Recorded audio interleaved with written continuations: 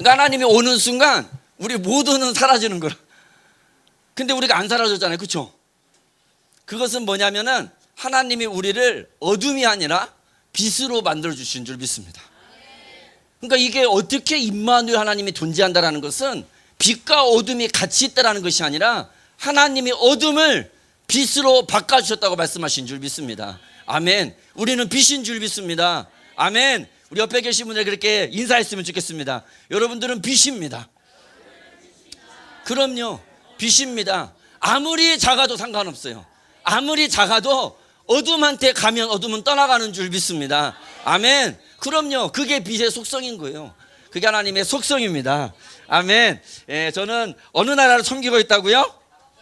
예, 근데 여러분 알고 계십니까? 우리 터키의 이름이 바뀌었어요. 예, 우리 터키의 이름이 영어로는 칠면조라는 뜻이에요. 칠면조라는 뜻이요. 예, 국가 이름이 칠면조일 수는 없다. 그래갖고는 이름을 바꿨어요. 뭘로 바뀌었냐면 튀르키예로 바꿨습니다. 우리 같이 한번 읽어볼까요? 튀르키예. 예, 여러분들이 이제는 터키라고 하지 말고 튀르키예라고 해주셨으면 감사하겠습니다. 근데 제가 이 튀르키예를 섬기면서 제 마음 가운데 이 한 문장이 있는데 그게 뭐냐면 형제의 나라예요. 2002년도에 이 월드컵이라는 게 있었어요.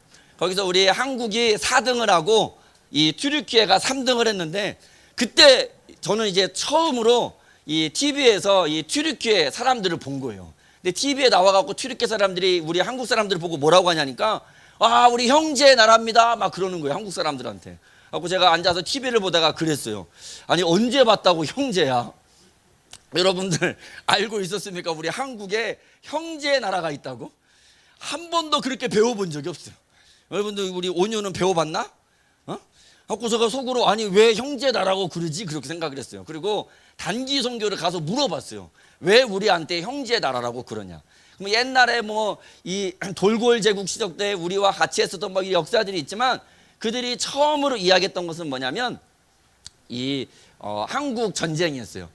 여러분 이 아일라라는 영화를 보셨는지 모르겠어요. 이거는 터키 사람들, 우리 튀르키예 사람들 90% 이상이 보고 운 영화입니다. 근데 이 영화의 타이틀이 뭐냐면 이 달을 닮은 소녀와 이 초승달하고 별, 우리 이슬람 군사의 65년을 뛰어넘는 말로 다할 수 없는 사랑 이야기. 이게 이 영화의 타이틀이에요. 이게 뭐냐면 한국 전쟁 때 터키 군대가 지나가는데 엄마 아빠를 잃어버린 고아 이 5살짜리 아이를 터키 병사가 만난 거예요. 그래서 이 아이가 너무 불쌍해서 데려와가지고 터키 군대 진영에서 키우다가 한국 전쟁이 끝나고 다시 터키로 가면서 헤어진 거라. 이렇게 헤어지고 난 다음에 65년의 시간이 지나가지고 다시 만난 거예요.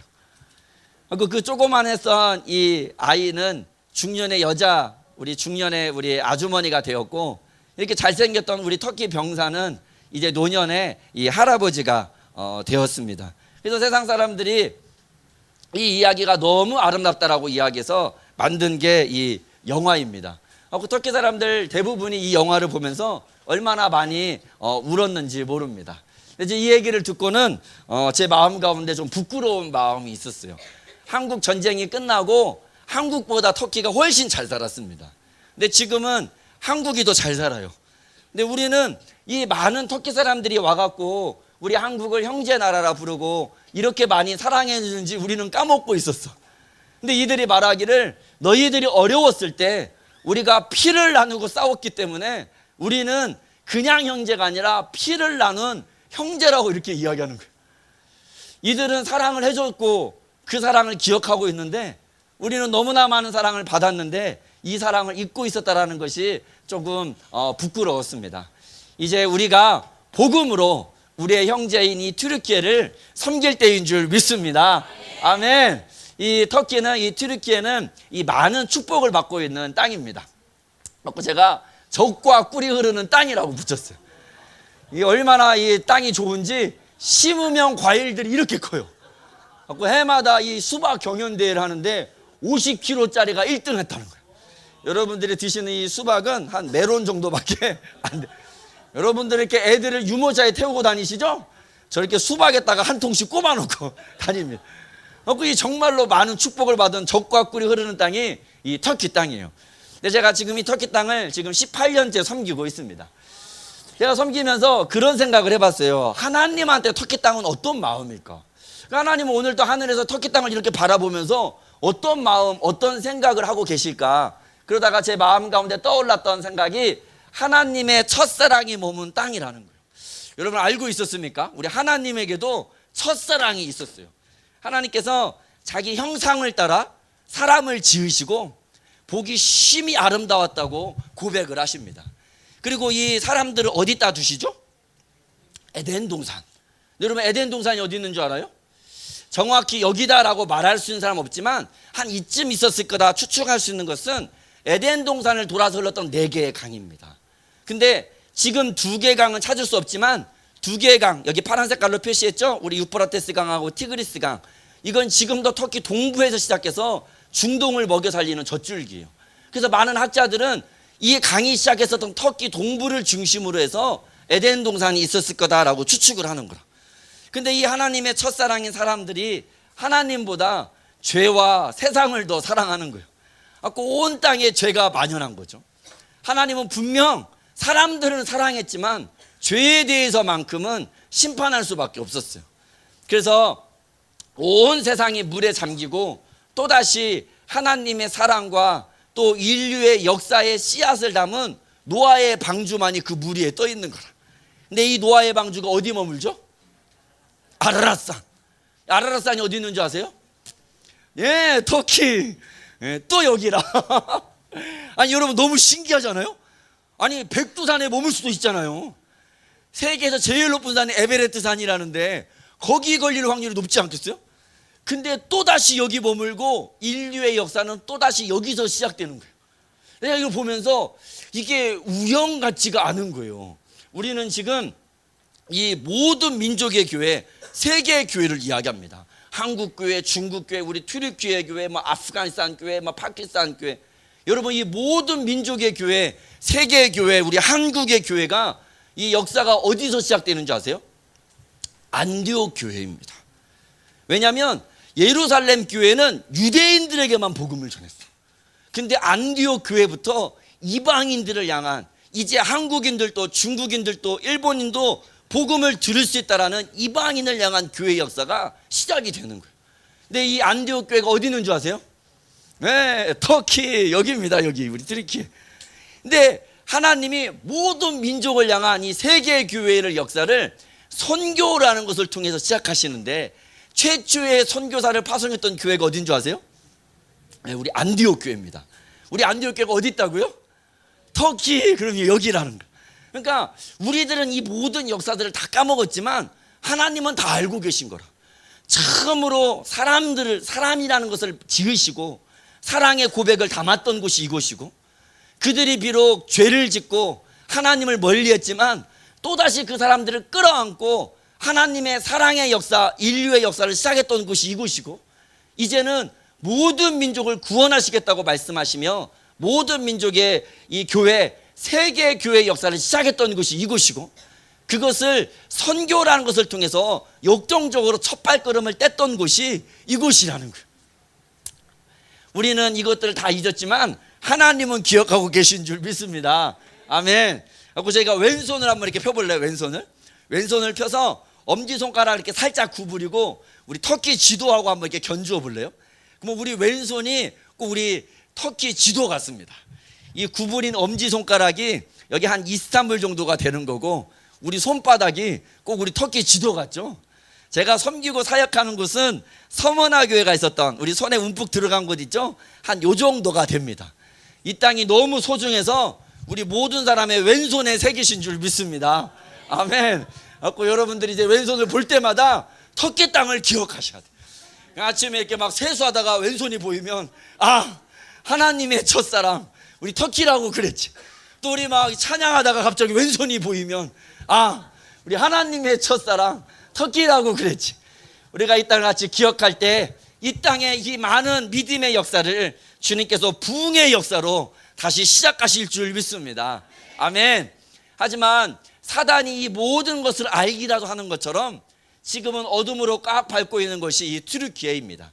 튀르키예는 인구가 8,300만 명 정도 되는데 예수님을 믿는 사람들 한 7,000명. 복음화율로 따지면 0.0075%. 그러니까 세계에 많은 나라가 있는데 자기 나라 인구에 비해서 가장 적은 그리스도인을 갖고 있는 곳이 이 튀르키예, 터키가 되어 있습니다.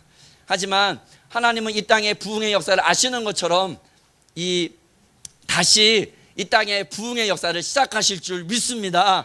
아멘. 오늘 이 자리 가운데 있는 우리 어린이, 우리 중고등부 청소년, 그리고 우리 시니어 세대, 우리 모든 세대를 통해서 그 일들을 시작하실 줄 믿습니다. 아멘. 오늘 시작하면서 또 한 가지 조금 나눠보고자 하는 지역이 한 곳이 있어요. 그게 뭐냐면 여기 빨간 색깔이 왔다 갔다 하고 있는 여기 안디옥이라는 곳입니다. 이 안디옥 지역에 대한 하나님의 말씀이 있는데 괜찮으면 제가 한 절, 여러분들이 한 절 서로 교도가도록 하겠습니다. 때에 스데반의 일로 일어난 환난을 인하여 흩어진 자들이 베니게와 구브로와 안디옥까지 이르러 도를 유대인에게만 전하는데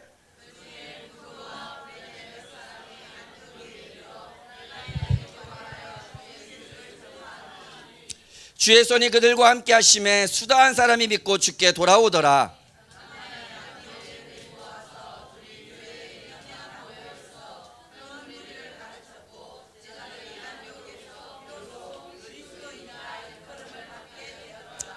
아멘. 아멘. 19절에 보니까 뭐라고 하냐니까 스데반의 일로 큰 환난이 이 예루살렘 교회 가운데 있었어요. 그래서 그들이 다 흩어지는데 흩어져 갖고 그 사람들이 무엇을 하냐니까 그들이 유대인에게만 복음을 전하는 거예요.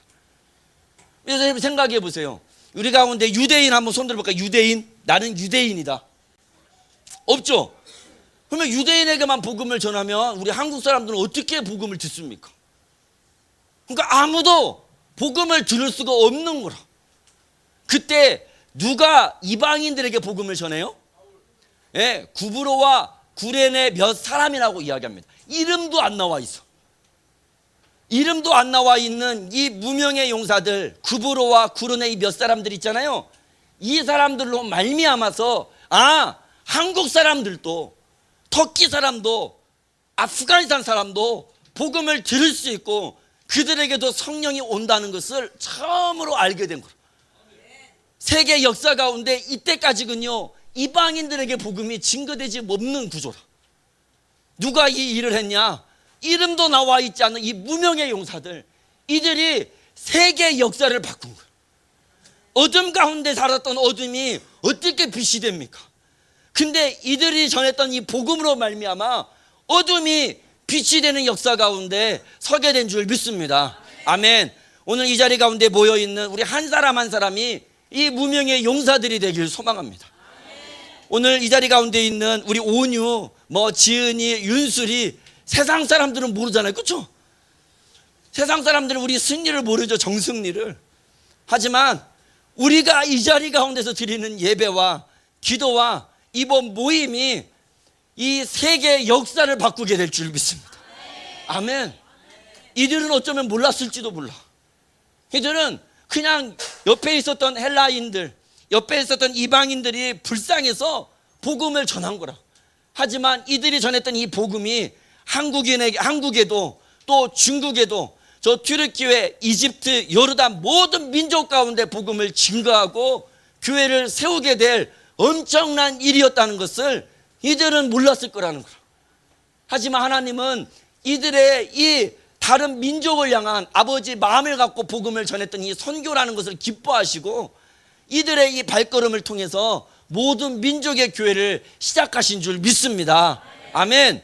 근데 또 한 가지는 뭐냐면 이 사람들이 시작했던 이 공동체 있잖아요. 이 말도 안 되는, 유대인들은 이 사람들을 이단이라고 그랬어. 그래서 바울이 가갖고 막 변론하는 거예요. 이들에게도 성령이 오는 임하는 역사들을 말하면서 아닙니다 여러분, 이방인들에게도 성령이 오고 이방인들에게 교회가 세워지는 게 하나님의 일입니다라고 막 변론을 하는 거라. 왜? 그 당시 이들이 이단이라고 그런 거라. 이들은 이단인들이 모인 거라. 근데 이 이단이 모여서 예배드리는 이곳에서 어떤 일들이 있었냐니까 사람들이 처음으로 여기서 모여서 예배드리는 이 유대인들이 아닌 이 말도 안 되는 이 집단, 유대인들조차도 이단이라고 말하고 예수님의 제자들조차도 문제가 있는 거 아니냐고 시비를 걸었던 이 모임에서 어떤 말이 처음으로 시작되냐니까, 우리 맨 마지막 비로소 같이 한번 읽어볼까요? 시작. 비로소 그리스도이나 이끌음을 받게 되었더라. 아멘. 여러분들은 크리스찬이십니까? 여러분들은 그리스도인이십니까? 아멘. 이 말이 어디서 나왔냐? 여기서 시작된 거예요. 예루살렘 교회에서 시작된 말이 아니라는 거예요. 여기서 이들을 향해서 이 볼품없고 말도 안 되는 사람들이 모여서 드리는 그 예배에 나온 사람들 통해서 사람들은 이 사람들을 너희들은 그리스도인이다. 왜? 그리스도처럼 살아가는 거예요. 그래서 그리스도인이라고 말하는 거예요. 그러면 그리스도인이 뭐냐? 지금 우리는 너무나 익숙한 단어인 거예요. 기독교인, 그리스도인, 크리스찬, 우리한테는 생소하지 않고 너무나 익숙한 거라. 그래서 어쩌면 이 유대인들처럼 복음, 하나님 너무나 익숙한 거여갖고 그들은 놓쳐버렸어. 하나님이 모든 민족을 구원하기 원하시는 하나님이라는 것을 잃어버린 거라. 어쩌면 우리도 너무나 그냥 자연스럽게 그냥 그리스도인이에요, 교회 가요, 그리스도인이라고 말을 하면서 그리스도인이라는 것이 어떤 의미인지 어쩌면 까먹고 살아버리고 있는지도 모른다라는 거예요. 오늘 저희가 그리스도인이라는 것은 어떤 뜻을 가지고 있는지, 우리가 그리스도인이 대한다라는 것은 어떤 의미인지 좀 같이 좀 나눠보고자 합니다. 먼저 이 그리스도라는 것, 이 메시아라고 불리는데 이 메시아의 뜻이 뭐냐는 거예요. 이게 중동권에서는 이 메시아라는 말을 다 압니다. 그러니까 뭐 이집트 사람들, 뭐 아랍어를 쓰고 있는 터키 사람들도 그래요. 그 사람들은 이 메시아라는 말을 들으면 어떤 의미인지 대충 알아요. 근데 메시아라는 이 말이 우리 한국, 이 동양권에서는 문화가 달라가지고 잘 모르는 거라. 이 메시아라는 말의 뜻은 뭐냐면 기름 부음을 받은 자라는 거라. 그러니까 무슬림들도 이 메시아라는 뜻을 알아요. 기름 부으심을 받았다라는 것을. 근데 무슬림들이 모르는 건 뭐냐면, 그러면 하나님으로부터 기름을 누가 받냐라는 것은 무슬림들은 몰라.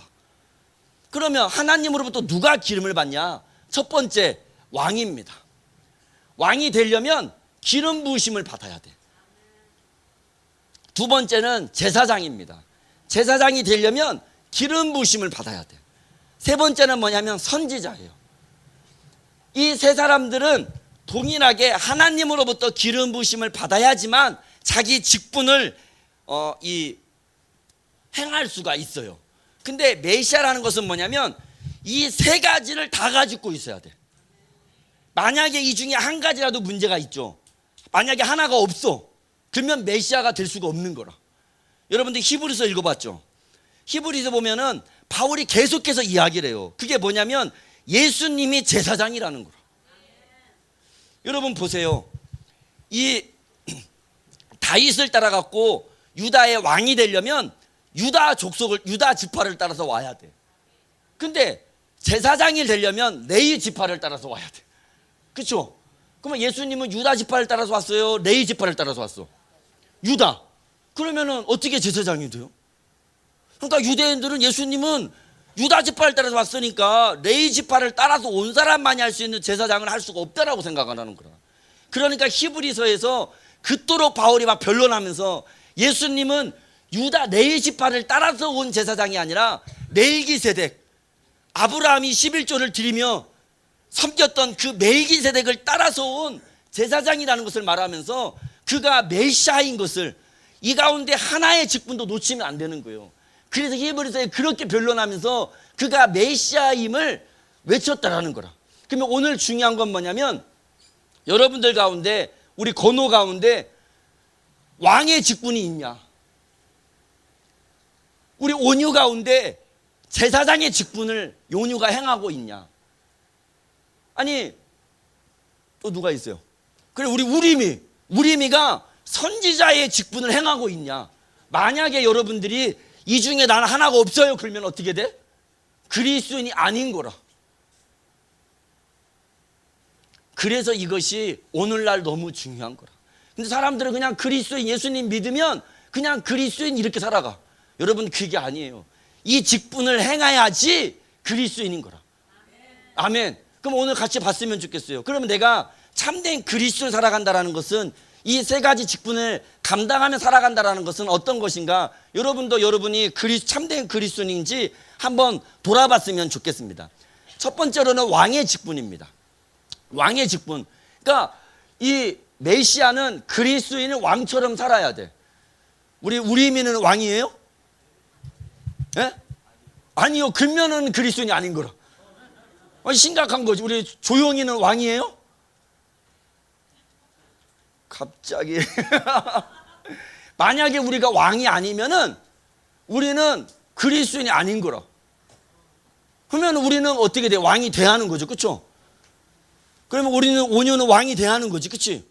그러면 왕이 된다는 게 뭐냐는 거예요. 오늘 누가복음 7장을 보니까 이 세례 요한이 감옥에 있으면서 자기 제자들을 예수님한테 보내갖고 물어봅니다. 뭘 물어보냐니까 19절에 같이 한번 읽어볼까요? 시작. 요한이 그 제자 중 둘을 불러 주께 보내어 가로되 오실 그이가 당신이 오니까 우리가 다른 일을 기다리오리까 라고 하라 하매.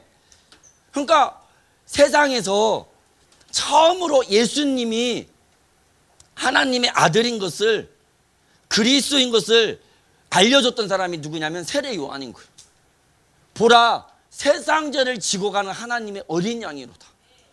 근데 오늘 세례 요한이 사람을 보내가지고는 뭘 예수님에게 물어보니까 당신이 메시아입니까? 그러면 세례 요한이 지금 흔들린 거라. 예수님이 메시아가 아닐지도 모른다라는 것 앞에서 흔들린 거라는 거예요. 왜 세례 요한은 예수님이 메시아가 아닐 거라고 생각을 했고 의심을 했냐는 거예요. 그가 생각하기를 메시아가 오면 왕이잖아요. 왕인데 자기는 지금 어디가 있어? 감옥에. 이스라엘 백성들은 전부 다 로마 밑에서 척박한 생활, 힘든 생활을 당하고 있는데 예수님은 뭐 하고 있어? 아무것도 안 해. 정말로 당신이 왕입니까? 여러분 지금 교회를 떠나가는 많은 사람들이 그래요. 내가 예수님 열심히 믿었는데 왜 우리 집안이 어렵냐는 거예요. 왜 우리 아빠는 직장이 없고, 왜 우리 엄마는 병에서 낫지 않고, 왜 나는 내 꿈을 이루지 못하고 내 기도 제목을 하나님은 들어주지 않고, 하나님이 정말 살아있냐? 하나님이 살아있다면 왜 그러냐? 그러고 떠나가는 거라, 교회를. 여러분 이 문제는요 2000년 전에 있었던 문제가 아니라 지금 오늘날 우리 살아가고 있는 사람들도 정말로 예수님이 왕이냐, 정말로 우리가 왕과 같은 자냐, 이걸 놓고 고민하고 있다는 거라. 그것을 향해서 주님께서 왕이라는 것이 무엇인지 가르쳐 줍니다. 왕은 윤석열 대통령이 아닙니다. 왕은 문재인 대통령, 바이든 대통령과 같은 사람들이 아니라는 거예요. 세상은 그런 사람들이 왕이라고 말합니다. 세상은 청와대에 살아야 왕이고, 세상은 많은 사람들이 왕입니다라고 소리를 높이고 경배해야지 왕이라고 말하지만, 오늘 주님은 어떤 사람이 왕이냐라고 말했을 때 우리 21절 22절 큰 소리로 같이 한번 읽어보겠습니다. 시작. 마침 그새 예수께서 질병과 고통과 및 악기 들린 자를 많이 고치시며 또 많은 소경을 보게 하신지라. 대답하여 가라사대 너희가 가서 보고 들은 것을 요한에게 고하되, 소경이 보며 안진뱅이가 걸으며 문둥이가 깨끗함을 받으며 귀머거리가 들으며 죽은 자가 살아나며 가난한 자에게 복음이 전파된다 하라. 아멘. 오늘 주님이 말씀하시는 것은 뭐냐면 가난한 자에게 복음이 증거되는 거라는 거예요. 주님은 그것을 원하시는 거라. 주님은 모든 민족을 구원하고 하나님의 완전한 통치가 이 땅 가운데 임하는 것을 원하신다라는 거라. 그래서 왕의, 하나님을 믿는 왕의 권위를 갖고 있다는 것은 뭐냐면 이 일들을 하기 위해서 내 꿈을 이루기가 아니라 아버지의 뜻을 이루기 위해서 우리 가운데 천국 열쇠를 주께서 주신 줄 믿습니다. 아멘. 그럼요. 그래서 육적인 눈이 아니라 영적으로 소경됐던 자들이 예수님을 믿으며 하나님에게 아버지라 부르는 줄 믿습니다. 아멘. 관계가 회복되는 거죠. 그럼요. 그래서 여러분들이 하고 있는 왕의 권세는 이거인 거라. 영적 전쟁을 감당할 수 있는 권세가 여러분들의 입술과 기도 가운데 있는 줄 믿습니다. 여러분들이 찬양할 때 외치는 것이 그냥 외치는 게 아니라 왕이 말하면 그대로 되는 줄 믿습니다. 그럼요. 이 권세를 가지고 우리가 예배 드리는 거라. 그러니까 우리가 왕의 권세를 갖고 있다는 건 어마어마한 거라. 우리가 오늘 예배 드릴 때 저렇게 있는 모든 너희의 권세들아 떠나갈지어다라고 말하면 떠나가게 하는 줄 믿습니다. 아멘. 그럼요. 여러분, 이게 왕의 권세인 거예요. 여러분들이 왕의 권세를 써야 하는 거라. 그래서 찬양하고 말씀을 선포하고 기도하면서 모든 묶여있는 것들을 풀며 하나님의 나라 이 땅 가운데 임하게 하는 것, 바로 왕의 권세를 가진 자들, 그리스도인들이 하는 것인 줄 믿습니다. 아멘. 그럼요. 이 권세를 이번 캠프 가운데 회복되길 소망합니다. 여러분 입술 가운데 그 권세가 있는 거예요. 아무리 어려도 상관없습니다. 여러분이 왕이면 나이가 5살이어도 그 말을 하면 듣게 되는 줄 믿습니다. 그럼요. 왕의 권세를 우리가 회복해야 하는 거예요. 두 번째는 뭐냐면 제사장이라는 거예요. 제사장의 역할은 뭐냐면 화해자입니다. 그러니까 죄를 짓고 죽을 수밖에 없는 것, 사람이 동물 짐승 하나를 가지고 하나님 앞에 오는 거예요. 그러면 제사장이 하는 것이 뭐냐면 그것을 잘라서 그 피를 뿌리면서 하나님, 이 죄인이 하나님과 화해되게 하여 주십시오. 그러니까 하나님하고 화해시키는 이 일을 누가 하느냐? 제사장이 하는 거예요. 그러면 지금 2022년도를 살아가는 우리들이 어떻게 제사장의 역할을 하냐? 복음을 전하는 거라. 우리가 복음을 전하고 예수님을 믿게 되면 그 사람이 하나님을 아버지라 부르게 되는 줄 믿습니다. 아멘. 그럼요. 누가 하나님을 아버지라 불러? 우리 막 무슬림들이 있습니다. 그들이 어떻게 하나님을 아버지라 부릅니까? 우리가 전하는 복음을 듣고 예수님을 영접하게 되면 하나님의 자녀가 될 줄 믿습니다. 아멘. 그럼요. 그래서 여러분들이 복음을 전하는 것, 그건 제사장의 역할들을 감당하는 거라. 왕과 제사장, 이것은 우리가 들으면 쉽게 이해가 됩니다. 문제는 뭐냐면, 그래서 우리 같이 한번 읽어볼까요? 시작. 그러나 너희는 택하신 족속이요 왕같은 제사장들이요 거룩한 나라요 그의 소유된 백성이니 이는 너희를 어두운 데서 불러내어 그의 기이한 빛에 들어가게 하신 이의 아름다운 덕을 선포하게 하려 하심이라. 아멘. 그래서 우리를 왕같은 제사장이라고 말합니다.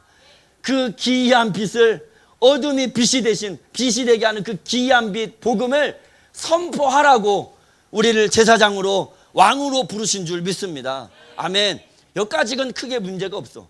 근데 마지막 저희들이 좀 같이 나누고자 하는 것은 뭐냐면 이 선지자적 역할들을 감당하는 거예요.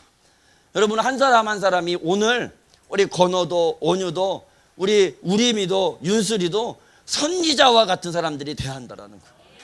그러면 지금 2022년도가 돼갖고 선지자적 역할들을 감당한다라는 것이 뭐냐? 지금 봐보세요, 여러분. 지금 많이 교회에서 무너져 있는 게 뭐냐면 이 선지자적인 역할인 거라. 막 교회가 막 뜨겁게 막 기도하며 선포하잖아요. 그럼요, 왕의 역할들은 많이 감당해요. 막 나가서 막 복음을 전하잖아요, 그렇죠? 제사장의 역할들을 많이 감당해요. 근데 선지자적 역할들에 대해서 우리들이 놓치고 있는 부분들이 많이 있다라는 거라. 그러면 우리 온유가, 지훈이가, 우리 건우가 우리가 선지자적 역할들을 감당한다는 것은 뭐냐? 이 선지자적 사역을 감당한다는 것은 뭐냐면 이 시대와 역사 가운데 서는 그리스도인들이 돼야 한다는 거예요. 어디와 어디요? 시대와 역사. 여러분 한번 들어보세요. 저희들이 하나님을 알아가죠. 우리가 하나님을 알아가는데 하나님을 알아가는 데는 두 가지 방법이 있습니다. 여러분들 학교에서 공부하면서 매일 성경책을 읽으시죠. 하나님을 알아가기 위해서 읽는 거예요. 근데 하나님을 알아가는 데는 두 가지 방법이 있어요. 첫 번째는 교리적인 방법입니다. 뭐라고요?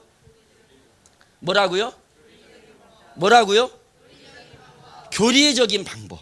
그건 뭐냐면 성경에 하나님은 죄에 대해서, 회개에 대해서, 구원에 대해서 뭐라고 말씀하시는가를 우리가 배워가는 거예요. 그러니까 죄에 대해서도 여러분들이 어렸을 때부터 교회 다닌 사람들은 그냥 죄라는 거에 대해서 알지만, 무슬림들, 그러니까 하나님을 모르는 사람들은 죄를 어떻게 생각하냐? 무슬림들은 행위가 죄인 거예요. 그러니까 내가 가갖고 우리 친구를 때렸잖아요. 이렇게 딱 때려. 그러면 이게 죄야. 근데 만약에 안 때리고 생각만 해. 이놈 한 대 팍 때려줘야지. 그럼 이게 죄 아니에요? 아닌 거예요, 그들은. 근데 성경은 뭐라고 그래요? 생각하는 것도 죄예요? 내가 나쁜 생각하는 것도 죄예요? 죄죠. 가르쳐 주는 거예요. 우리한테 죄는 무엇인지, 회개한다라는 것은 무엇인지, 천국은 어떤 곳인지 가르쳐 줘요. 그래서 우리가 이것을, 이 교리적인 부분을 배우는 거라. 그래서 여러분들이 성경책을 읽고 성경 공부를 하는 게 그거라. 근데 이 교리적인 부분에 왜 중요하냐? 문제가 생기면 이단이 되는 거라. 그래서 막 자기가 예수님이라고 하는 사람들이 있잖아요. 그러니까 이게 뭐가 문제가 되는 거라. 교리적으로 성경적이지가 않은 거죠. 근데 또 한 가지 하나님을 알아가는 관점은 역사적인 관점이에요. 다시 한번 뭐라고요? 어떠한 관점이요? 역사적인 관점. 오늘 아까 우리 영상 봤잖아요. 사상의 싸움이라고. 그럼요, 사상의 싸움인 거라. 그러니까 우리가 하나님 알아갈 때도 교리적인 관점과 역사적인 관점을 알아야 돼. 역사적인 관점은 뭐냐면, 지금 하나님은 일하고 계세요? 아니면 주무시고 계세요? 여러분들이 읽고 있는 성경책은 지금 역사하고 있어요? 아니면 그냥 소설책이에요? 역사하고 있죠. 근데 사람들이 자꾸 교리적인 관점으로만 하나님을 보는 거라. 역사적인 관점으로 하나님을 본다라는 거, 말씀을 본다라는 건 뭐냐면, 오늘 읽었던 이 말씀이 우리 조선 한국 땅에서는, 저 아프가니스탄 땅에서는, 내 인생에서는 어떻게 역사하고 있냐, 하나님의 이 예언이 어떻게 성취되어 가느냐, 이것을 우리가 깨닫고 보고 성취해 가는 것이 역사적인 관점인 거라. 근데 지금 어려움이 뭐냐면, 그냥 하나님을 교리적인 관점으로만 알고 있는 거예요. 그러니까 역사적인 관점, 그러니까 이 시대를 말씀으로 막 어떻게 도전해 나가냐, 이것이 약한 거라. 여러분들 얼마 전에 우리 차별법 금지해가지고 가서 막 목소리를 높였어요? 왜 그랬죠? 그게 잘못됐으니까. 그럼요, 한 예로 이런 거예요. 그러니까 이 시대 가운데, 역사 가운데 선지자들처럼 하나님의 말씀을 가로막고 있는 것 앞에서 하나님의 말씀을 외치는 거라. 그럼요, 그런 게 선지자적인 관점인 거라. 근데 이게 우리 나라뿐만 아니라 온 세상을 경영하고 계시는 분이 우리 하나님인 줄 믿습니다. 아멘. 그러니까 우리는 항상 예수님을 믿을 때 우리 나라만 생각하면 안 되는 거라. 우리 나라만 생각하면, 아까 그 유대인들 있잖아요, 유대인들에게만 복음을 전했던 똑같은 실수를 반복하는 거라. 우리 하나님은 세계를 경영하시는 분인 줄 믿습니다. 아멘. 그럼요. 그러면 여러분 한번 보세요. 오늘 이 시대와 역사라는 것 앞에서 선지자적인 사역들을 감당했던, 이 메시아적인 사역을 했었던 그리스도인들, 그들은 어떻게 이 시대와 역사 앞에서 역사적으로 하나님의 일들을 감당했었냐, 오늘 그것을 조금 같이 좀 나눠보고자 합니다. 오늘 사도행전 1장 11절을 보게 되면은 예수님이 하늘로 올라가는 장면을 이렇게 이야기합니다. 제가 같이 한번 읽어볼까요? 큰 목소리로 시작.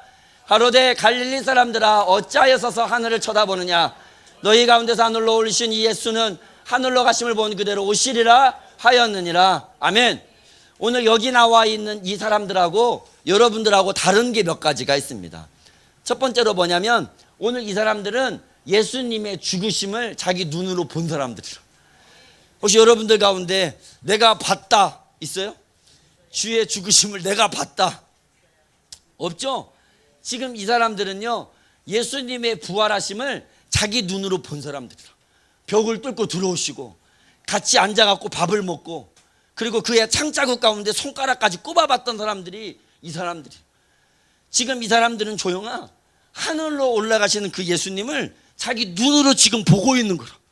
사람이 하늘로 쭉 올라가는 이 엄청난 것을. 근데 오늘 이 사람들이 예수님을 바라보고 있는 모습을 뭐라고 이야기하냐니까, 서서 하늘만 바라봤다고 이야기하는 거예요. 그러니까 오늘 이 사람들이 어떻게 하나님을 믿냐니까, 예수님을 믿냐니까 그냥 서갖고 하늘만 보고 있는 거라. 그때 천사들을 통해서 하나님이 이들에게 뭐라고 말씀하시냐니까, 하늘로 올리신 이 예수는 하늘로 올라가심을 본 그대로 다시 오시리라 하였느니라. 주님께서 다시 오실 줄 믿습니다. 아멘. 여러분, 하나님의 역사라는 게 있어요. 우리 학교에서도 역사를 배우죠? 우리 지연이 배워, 역사를.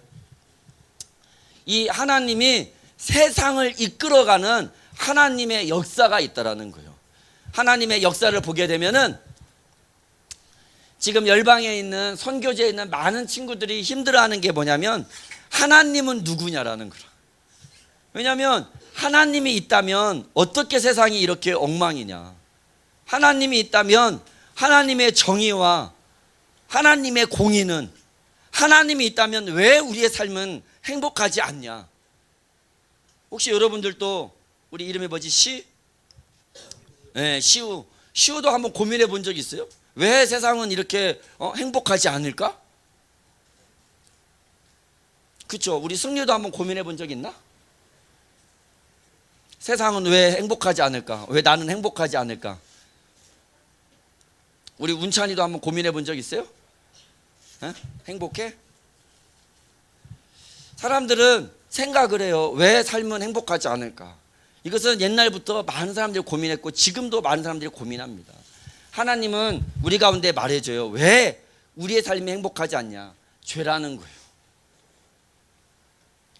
죄 때문에 우리 삶이 행복하지 않은 거예요. 많이 가지면 행복할 거라고 생각합니다. 여러분, 한국 전쟁이 끝났을 때 우리 여기 뒤에 시니어 세대들, 우리 어머님 살았을 때 보다 여러분들이 훨씬 더 많은 것을 가지고 있습니다. 제가 어렸을 때만 해도 우리 동네에 세탁기가 없었어요. 전기밥솥도 없었고 가스레인지도 없었고. 근데 지금은 다 있잖아요. 그러면 더 행복할 것 같아요? 지금 한국이 OECD 국가 자살률 1위입니다. 행복하지가 않은 거라. 더 많이 가지면 행복할 것 같지만 그렇지가 않은 거예요. 그러면 왜 행복하지 않냐? 성경 우리 가운데 말해줘요. 죄라는 거라. 죄 때문에 행복하지가 않은 거라. 이 죄가 얼마나 무서운지 만족하지 못하는 거예요. 가지고 있어도 감사하지 못해. 그리고 시기하고 질투하고 그리고 용납하지 못하고 용서하지 못하고, 이게 다 죄 때문이라는 거예요. 그래서 사람들은 고통하는 거라. 용서하지 못하고, 그래서 막 부모님이 막 싸우고, 그 싸우는 부모님을 보면서 막 자녀들이 막 분노를 키우고, 죄라는 거라. 근데 말하기를 이 죄의 문제를 해결할 메시아가 오실 거라고 말씀하고 계십니다. 오신 줄 믿습니다. 아멘. 그래서 우리는 그것을 성취된 약속이다. 그래서 구약이라고 말하고 있는 거예요. 그리고 다시 오실 줄 믿습니다.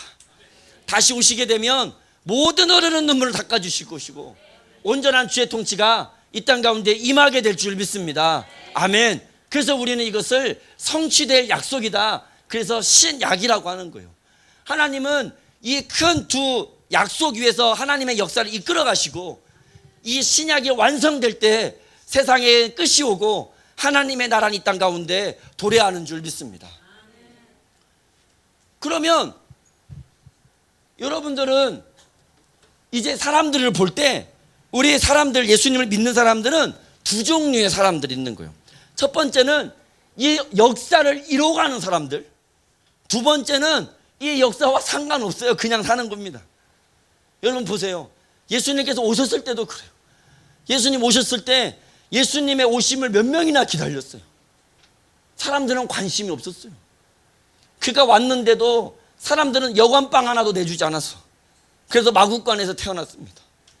분명히 말씀에 나왔잖아요. 여자의 후손이라고. 아니, 여자 엄마만 있고 아빠가 없는 사람 예수님밖에 더 있어요? 근데 사람들은 예수님을 십자가에 못 박아 죽여라, 못 박아 죽여라고 죽여버렸어. 그러니까 사람들은 이 하나님의 역사에 별로 관심이 없어요. 그냥 자기가 유대인이다라고 그냥 살아가는 거라. 예수님이 왔을 때도 그랬어. 오늘 말했잖아요. 예루살렘 교회는 모든 민족에게 복음이 증거되면 주님께서 오신다고 했는데 모든 민족에게 복음을 전했어요, 안 전했어요? 예루살렘 교회는 안 전했어. 그냥 유대인들에게만. 왜? 별로 관심이 없었던 거예요. 여러분들에게 물어볼게요. 여러분들은 예수님의 다시 오심을 기다리십니까? 아멘. 아멘. 윤수라, 진짜로 거짓말 안 해도 돼. 진짜로 기다려? 언제 왔으면 좋겠어? 뭐 조금 있다가? 누가 지금 그래? 누가? 조용히? 지금 왔으면 좋겠어? 지금 왔으면 좋겠다. 할렐루야. 아니, 그냥 별로 관심 없다. 그냥 언젠가 오시겠지. 여러분 생각을 해보세요. 주님께서 오신다고 했어요. 그렇죠? 우리 아까 바로 왔으면 좋겠다, 지금 왔으면 좋겠다는 분들 있잖아요. 그러면 예수님께서 언제 다시 오시냐? 언제 다시 오시죠? 우리 지연이? 언제 다시 오세요 예수님이? 힌트 컨닝을 해도 돼.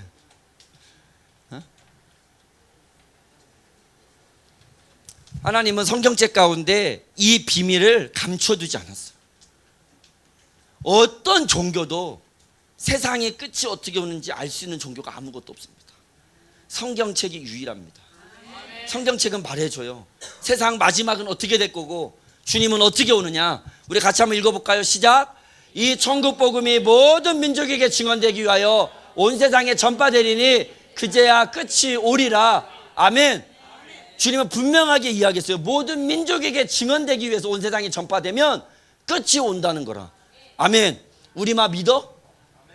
주님의 다시 오심을 기다려? 정말로 모든 민족에게 복음이 증거됐으면 좋겠어? 그러면 우리가 살고 있는 세상에 몇 개의 민족이 있을까?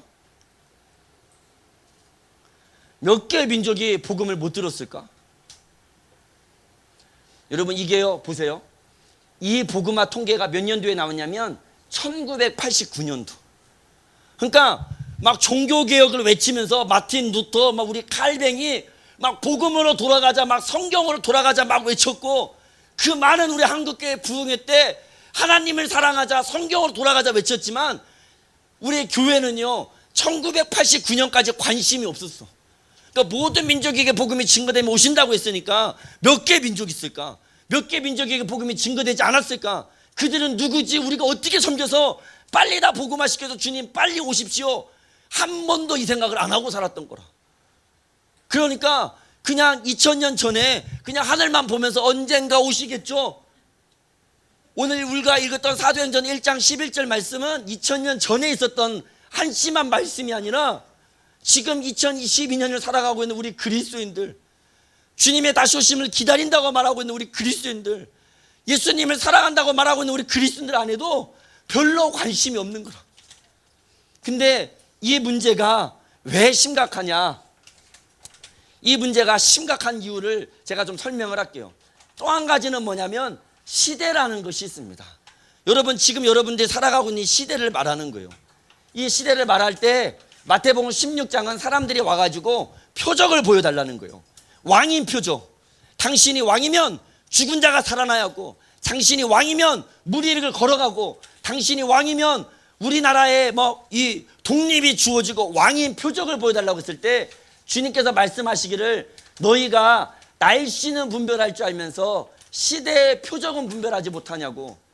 그 사람들을 뭐라고 책망하냐니까 악한 자, 음란한 자라고 막 꾸짖는 거라. 여러분들 혹시 여러분들 가운데 어제의 날씨를 가지고 내일을 살아가시는 분들이 있어요? 야, 어제 비가 왔으니까 내일은 꼭 우산을 챙겨가야지. 바보죠? 다소라 그렇게 살면 바보지? 바보죠. 누가 그렇게 살아? 아니 일기예보를 보고 우리 시골에 계신 할머니들도 다 일기예보 보잖아요. 그렇죠? 하고 내일 태풍이 온다 그러면 막 문을 걸어 잠그고, 그렇죠?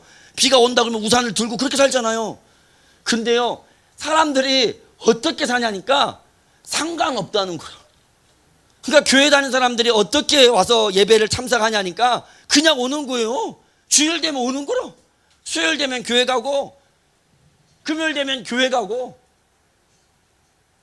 5년 전에도 그냥 그렇게 예배 드렸고, 1년 전에도 그냥 그렇게 예배 드렸고. 아니 1년 전에 드렸던 예배나 오늘 예배나 뭐가 다르냐는 거예요. 한 달 전에 드렸던 예배나 오늘 드렸던 예배나 뭐가 다르냐는 거예요. 그냥 예배 드리는 거예요. 같이 찬양하자면 찬양하는 거로, 말씀 듣자면 말씀 듣는 거로.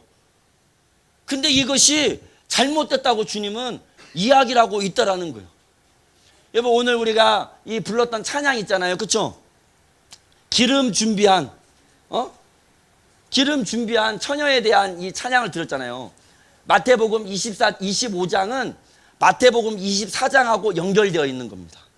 그러니까 마태복음 24장은 뭐냐면 마지막 때의 증거, 예수님은 언제 다시 오시는가, 이 이야기라는 거예요. 그 이야기를 계속하면서 주님이 오늘 우리가 불렀던 이 5 처녀에 대한 이야기를 해주는 거예요.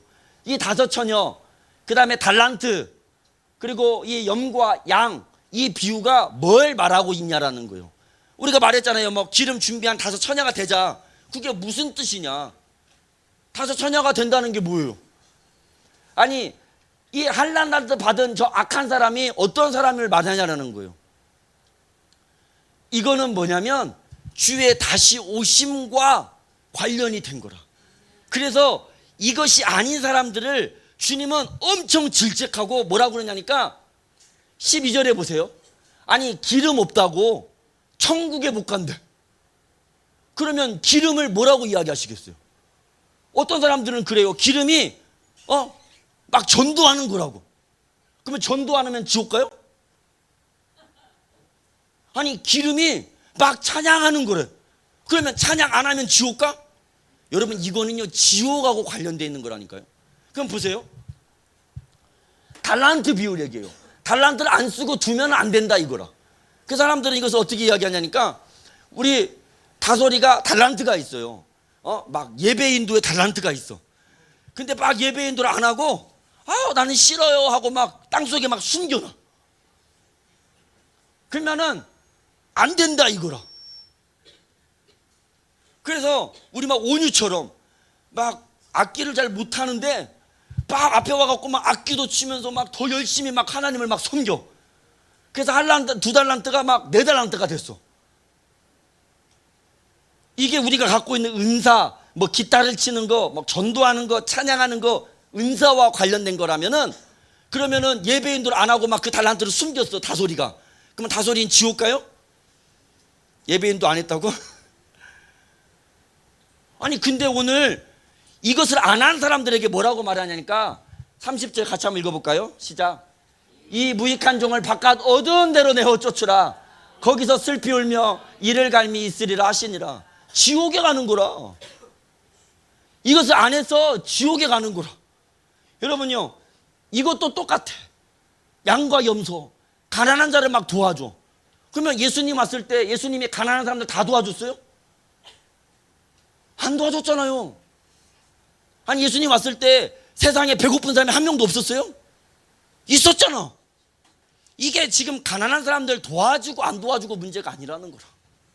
근데 이것을 안 한 사람들에게 주님께서 뭐라고 말하니까 저주받은 자들아 나를 떠나 마귀와 그 사자들을 위하여 예비된 영영한 불에 들어가라. 지옥 가라 이거라. 그러면 우리가 찬양하는 기름 준비한 5처녀 남기는 달란트 사람 이 양 도대체 이 비유는 무엇을 말하는 거냐라는 거예요. 여러분 이거는요 이거와 관련된 거라.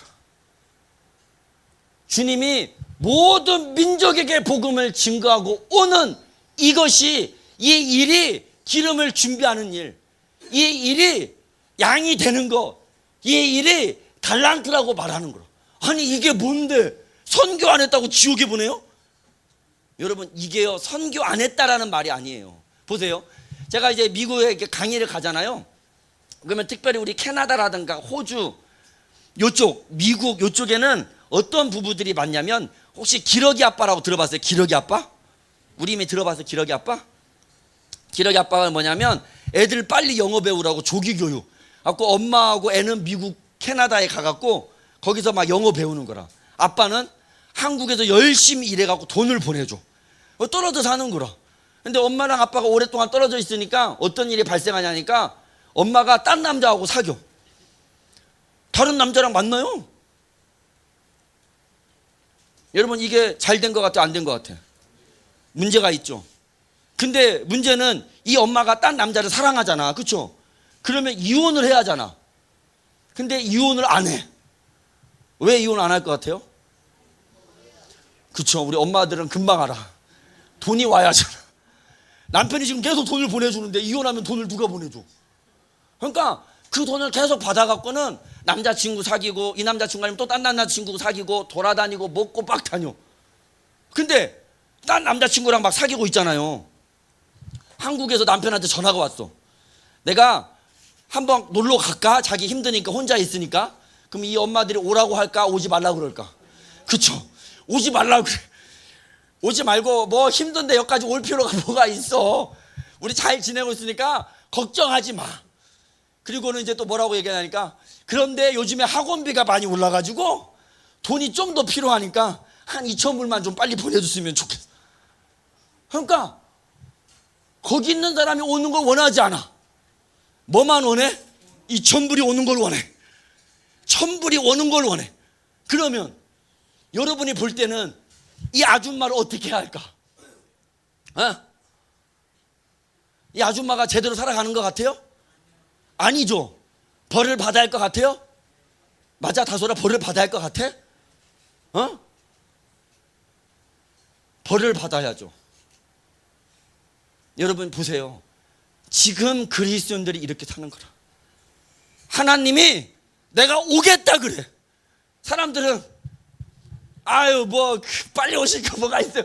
아니 지금 당장 오실 게 뭐가 있어요. 지금 당장 오실 게 뭐가 있어. 나는 지금 친구도 있고 놀러 갈 때도 있고, 이번에 여름에 8월 중순에 리조트도 예약해 놓고 가서 좀 열심히 놀아야 하는데, 지금 뭐 당장 오실 필요가 뭐가 있어. 그렇죠? 사람들은 별로 관심이 없어. 그것을 하나님은 성경에 뭐라고 말하니까, 너희들이 악하다, 너희들이 세상과 바람이 났다, 너희들의 남편이 내가 아니라 세상이 됐다, 너희들은 내가 안 와도 충분히 살아갈 만큼 세상이 너희들이 남편이 되고, 너희들은 세상과 먹고 마시고 취하고 음란했다라고 이야기하고 있는 거라. 그래서 우리가 주님 빨리 오십시오라고 안 기다리는 사람들은 주님이 빨리 올 필요가 없어. 아니 그 캐나다에 있는 엄마 있잖아요. 남편이 꼬박꼬박 돈 보내주는데 남편이 올 일이 올 필요가 뭐가 있어. 남편이 뭐하러 와. 돈만 있으면 나는 자동차도 몰고 다니고, 이 남자도 만나고 저 남자도 만나고 여기도 놀러가고 저기도 놀러가고 막 할 수 있는데, 굳이 남편이 한국에도 올 필요가 뭐가 있어요. 오면 이거 막 다 거짓말해야 하잖아. 숨겨야 하잖아. 더 복잡해. 그냥 이렇게 떨어져 사는 게 편해. 여러분, 이렇게 살아가는 가정이 제대로 된 것 같아요? 근데 지금 우리 교회가, 그리스도인들이 이렇게 살아가고 있는 거라. 그러니까 주님이 말하기를, 주의 다시 오심을 예비하지 않고 살아가는 이 음란한 세대들, 주님 오시면 반드시 그의 손에 기름이 없으리라. 주님 오심을 기다리지 않고 언젠가 오겠죠 땅에 처박아 놓고 그냥 먹고 노는 거라. 그리고 주님께 뭐라고 말해요? 당신은 심지 않은 곳에서 거두는 자랐습니다. 내가 복음을 안 전해도 터키 민족, 아프가니스탄 민족 그냥 다 주님 구원하는 거 아니에요? 이렇게 생각하고 살아가는 거라. 그걸 놓고 주님이 악하다 말하는 거라. 주님은 저 열방에서 많은 사람들이 예수님 이름 한 번도 못 들어봐서 못 부르고 죽어가는데, 이걸 놓고 괜찮다고 살아가는 거예요. 내가 언제 그 사람들을, 내가 언제 주님을 안 돌봤습니까? 그렇게 살아가는 거라. 여러분요, 이것은 엄청나게 심각한 문제인 거예요. 모든 그리스도인들이 주님의 오심을 기다려야 하는데 안 기다리고 살아가는 것은 엄청난 문제가 있는 거예요. 우리는 오늘부터 바꿨으면 좋겠습니다. 주님의 다시 오심을 기다리는 저희들이 되길 소망합니다. 아멘. 언제 왔으면 좋겠어요? 지금. 그럼요. 그분보다 더 좋은 소망이 없는 거라. 예수님이 지금 오면 다 해결되는 거예요, 여러분. 그래서 우리는 기다리는 거라. 그래서 주님은 봐봐요, 이제 진짜 얼마 남지 않았습니다. 24,000개 민족 가운데서 500개밖에 남지 않은 이 마지막 시대를 지금 우리가 살아가고 있는 거라. 그러니까 여러분, 마지막 시대라는 것은 그냥 세상이 말세다 이게 아니에요. 두 가지 의미를 가지고 있습니다. 세상은 마지막 망하는 종말, 동성애를 막 찬성하고 교회를 핍박하고 마지막 종말 향해 달려가지만, 이거는요 세상적인 증거라. 하나님 입장에서는 모든 민족에게 복음이 증거되고 있고 이제 곧 이것이 완성될 줄 믿습니다. 아멘. 그래서 이 두 가지가 함께 움직이고 있다는 것이 우리 시대라는 거예요. 그러면 보세요, 지금 이 시대를 우리가 똑같이 살아가고 있는데, 이 시대 가운데서 하나님의 역사를 만들어 갔었던 그 사람들을 우리 같이 나눠봤으면 좋겠어요. 우리 어린 친구들은 이제 살아온 시간들이 많지 않지만, 우리 어른들은 뭐 60년부터 70년부터 사신 분들이 있잖아요. 한번 오늘 고민해 봤으면 좋겠어요. 나는 과연 그때 그리스도인으로서 시대와 역사 앞에 선지자적 역할들을 감당하며 그리스도인으로 살아갔는가, 메시아적 사역을 했는가 돌아봤으면 좋겠어요. 이 세계 역사를 보니까 이 세계 역사라는 것이 한 10년을 주기로 해갖고 어떤 패턴이 반복을 한다는 거예요. 근데 이 패턴이 반복할 때마다 시대와 역사 앞에 선지자적 역할을 감당하면서 그리스도인으로 주의 역사를 완성해 갔던 사람들이 있었다라는 거라. 여러분, 오늘 제가 1990년도부터 91년부터 같이 좀 보고자 합니다. 여러분, 1990년대를 이끌었던 가장 큰 사건이 뭔지 아세요? 가장 큰 사건이 아마도 우리 소련의 붕괴였을 겁니다. 그러니까 세상을 미국과 소련이 나눠 갖고 지배했어요. 그러니까 이 큰 두 개, 미국 편, 소련 편, 그러니까 언제나 갈등이 있잖아요. 이 두 힘센 나라가 언제 싸울지 몰라. 그러니까 막 전쟁, 긴장, 막 갈등, 그게 가득했던 게 1990년까지라. 근데 91년도에 어느 날 갑자기 소련이 무너진 거야. 그러니까 이제 하나만 남았잖아. 싸울 일이 없잖아요. 야, 이제는 싸움이 그치고 전쟁이 그치고 갈등이 그치고 행복한 날만 오겠지. 여러분, 이게요 1990년대를 이끌어갔었던 팍스 아메리카라는 겁니다. 그때 시대와 역사 앞에 선지자적 역할을 감당했었던 믿음의 사람들은 어떻게 살았냐? 소련이 붕괴하면서 등장한 이 15개의 CSI 국가들을 주목합니다. 카자흐스탄, 키르기스탄, 투르크멘스탄, 우즈베키스탄, 아제르바이잔 몰랐습니다. 그 전에 그냥 소련으로 있을 때는 이렇게 많은 민족들이 있는지 몰랐어. 소련이 무너지고 나니까 사람들은 이제 이 많은 민족들이 있다는 것을 알게 된 거라. 그래서 시대와 역사 앞에 선지자적 역할을 감당했었던 그리스도인들은 이곳에 가서 교회를 세우기 시작했어요. 제가 작년에 4월 달에 우즈베키스탄이라는 나라를 갔더니 거기에 선교훈련, 비전스쿨이라고 하는 선교훈련이 열렸어요. 제가 가갖고 이 강의를 여러분에게 하는 것처럼 한 다음에 같이 목사님하고 식사하면서 우리 우즈베키스탄 목사님에게 물어봤어요. 목사님, 우리 우즈베키스탄 교회의 역사가 어떻게 됩니까? 우리 한국교회 역사 여러분 아시잖아요. 그렇죠? 우리 막 토마스 선교사님, 언더우드 선교사님 여러분 다 들어봤죠? 그러니까 우리는 한국교회 역사를 알잖아. 우즈베키스탄 교회 역사는 어떨까 제가 궁금해서 물어봤어. 그랬더니 우리 목사님이 뭐라고 말씀하신 줄 아세요? 우리 우즈베키스탄 교회 역사는 1991년 이때부터라. 이때부터 사람들이 우즈벡 민족을 향한 교회를 세우기 시작한 거라. 시대와 역사 앞에 섰었던 그 그리스도인, 그 선지자적 역할을 감당했었던 그 그리스도인들을 통해서 이 일이 시작된 거라. 그래서 지금은 이곳에서도 선교 훈련이 시작되고 선교사를 파송하는 일들이 일어나고 있는 거라. 시대와 역사라는 거예요.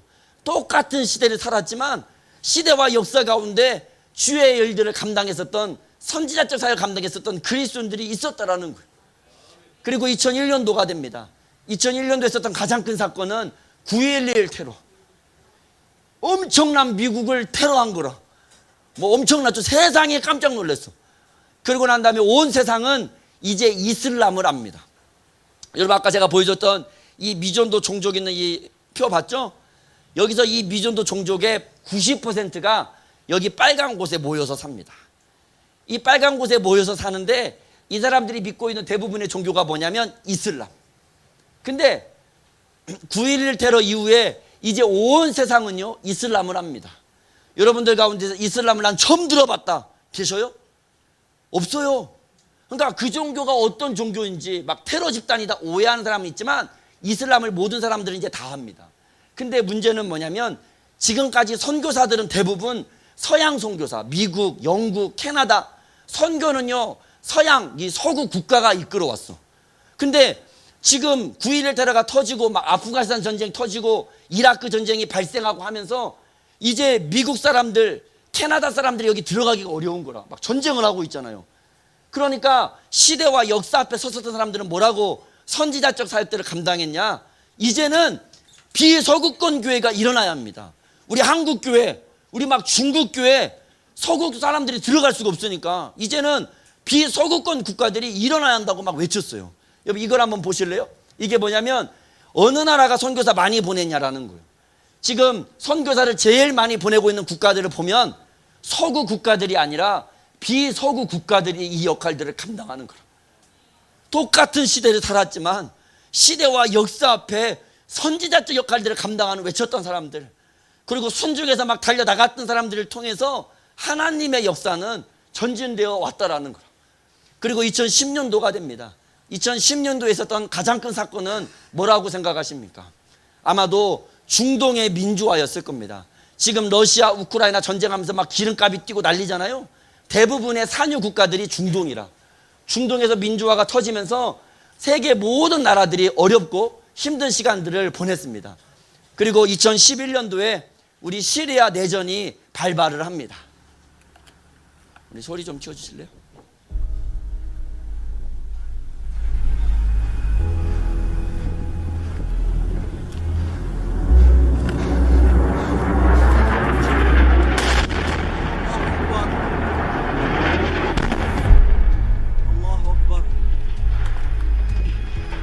سريع فيها ضربوا كل شيء كسر البيوت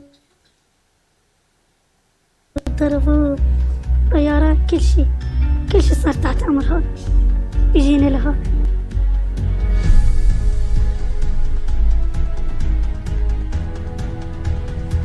Seven incidents in which 5 people were killed and 40.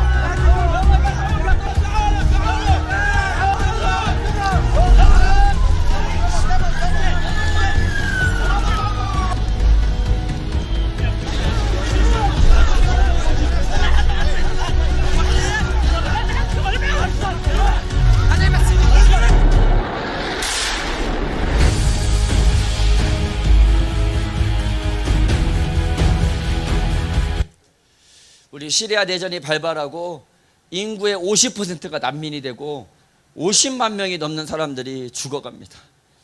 여러분, 이 시대가 이렇게 아파하고 이렇게 고통하는데 우리가 어떻게 이 시대를 잊어버리고 그냥 주일 되면 교회 가고 그냥 수요일 되면 교회 가고, 시대가 이렇게 아파갖고 몸부림치면서 고통하는데 어떻게 우리가 이 시대를 잊어버리고 그냥 그리스도인입니다, 나 하나 열심히 주님 믿고 은혜 받고 가슴 뜨거우면 된다고, 나 하나 세상에서 잘 먹고 내가 원하는 꿈 하나 이뤄보겠다고 어떻게 우리가 그렇게 하나님 앞에 예배하며 나옵니까?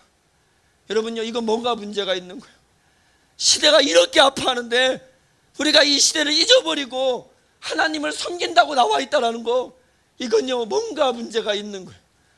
우리 모든 그리스도인들은 이 아파하는 시대를 끌어안고 하나님의 역사를 완성해야 될 줄 믿습니다.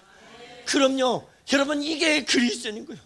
우리 그리스도인들은 이 아파하는 시대가, 이 시대 가운데서 어떻게 우리 교회가 하나님의 일을 감당할 것인가, 선지자적 사역들을 감당하면서 하나님의 역사를 완성해 나가야 될 줄 믿습니다. 그래서 시대와 역사 앞에 섰었던 사람들은 어떻게 썼냐, 우리 이집트를 시작으로 해갖고 이 비전스쿨이라고 하는 선교 훈련을 열었어요. 여러분, 그 전까지는요, 선교라는 것이 복음화된 민족이 복음화되지 않은 민족을 섬긴다고 생각했어요. 누가 자기 민족도 누군가 와서 복음을 전해줘야 하는 미전도 종족인데 이 사람들이 선교해야 한다고 생각했어요. 여러분, 이때부터입니다. 이때부터 2011년부터 우리 이집트 선교지입니다. 지금도 우리가 선교사를 파송하고 있는 이 선교지에 있는 사람들에게 시대가 이렇게 아파하는데 어떻게 우리 이집트 교회요, 우리 교회 연약합니다 하고 주저앉아 있을 수 있겠습니까? 깨어 일어나서 시대와 역사 앞에 주의 사명을 감당합시다. 아멘. 그래서 우리 이집트 교회가 복음 없이 죽어가는 민족을 놓고 기도하고 선교사를 파송하기 시작했어요. 저희 튀르키예 교회에서도 이 비전스쿨 선교훈련이 시작이 됐습니다. 말씀드렸다시피 우리 튀르키예는 복음화율 0.0075%, 세계에 있는 모든 나라 가운데 가장 적은 그리스도인을 갖고 있는 곳이 이곳입니다. 하지만 시대가 이렇게 아파하는데 어찌 우리가 잠잠히 주저앉아 있을 수 있겠습니까? 그래서 우리 터키에서도 튀르키예에서도 우리 선교훈련을 통해서 아파하는 민족을 놓고 기도하고 나가서 선교사를 파송하기 시작했습니다. 아멘. 그리고 우리 불가리아에서도, 중국에서도, 요르단에서도, 그리고 이제 시리아에서도 이 선교훈련이 시작됐습니다. 여러분, 시리아는요 지금도 전쟁 가운데 있습니다. 우리 한국 전쟁 3년하고 한국 초토화됐습니다. 시리아는 지금 11년째 전쟁하고 있어요. 다 무너지고 다 파괴되고. 근데 시대가 이렇게 아파하고 힘들어하는데 어찌 우리 시리아 교회가 우리가 전쟁 가운데 고통합니다라고 주저앉아 있을 수 있겠습니까? 시리아 교회 일어나서 오늘 또 복음을 듣지 못하는 민족을 향해서 애통하고 나아가 선교사를 파송합시다. 그래서 우리 시리아 교회에서도 비전스쿨 선교 훈련이 시작되고 선교사를 파송하고 있습니다. 아멘. 여러분, 시대와 역사라는 거예요.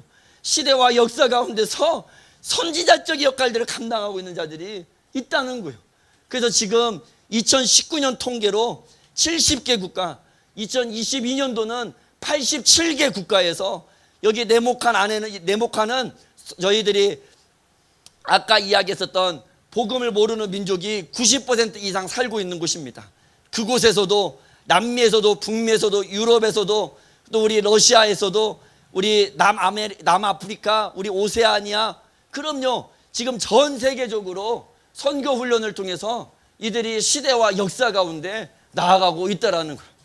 그래서 여러분들이 우리 한국교회가 선교해야 하나, 내가 좀 선교 좀 해야 하나, 여러분 이렇게 생각하면 안 돼요.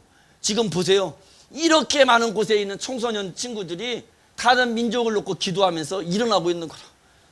우리 친구들도 시대와 역사 앞에 복음 없이 죽어가는 민족을 놓고 같이 기도하며 복음을 증거하는 저와 여러분들이 되기를 소망합니다. 아멘. 그럼요. 이게요, 선지자적 역할들을 감당하는 거라. 그리고 이제 2022년도입니다.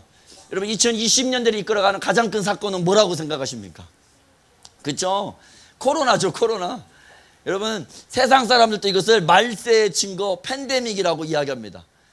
그러니까 그전까지 이 질병들이 어느 한 국가, 한 곳에는 있었지만 전 세계적인 것은 이번이 처음이라. 인류 역사 가운데 여러분들이 처음이라. 온 세계 사람들과 함께 마스크를 쓰고 살았던 사람들은 아담 이래로 여러분들이 처음인 줄 믿습니다. 그럼요, 우리는 지금 엄청난 시대에 살아가고 있는 거라. 그러면 이 마지막 시대에 우리가 어떻게 그리스도인들로 살아가냐, 어떻게 이 선지자적 역할, 메시아적 역할, 제사장의 역할들을 감당하는 그리스도인이 되냐라는 거예요. 우리 같이 한번 한 절씩 교도가면서 읽겠습니다. 시작. 내가 이것을 알라 말세에 고통하는 때가 이르리니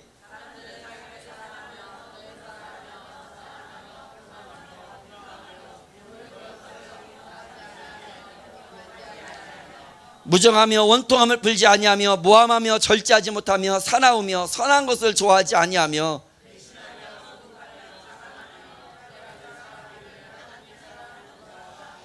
경건의 모양은 있으나 경건의 능력은 부인하는 자니 이 같은 자들에게서 내가 돌아서라. 아멘. 이 마지막 때에 대해서 이야기하는데 저희들은 이번 코로나를 지나면서 이 5절 말씀을 좀 더 주목하고자 합니다. 경건의 모양은 있으나 경건의 능력은 부인하는 자니. 여러분 다 봤잖아요. 지난 2년 우리 코로나 시대를 지나면서 우리 한국교회 가운데서 누가 우리가 모여서 힘써 예배합시다라고 얘기했을 때 안 됩니다라고 말했습니까?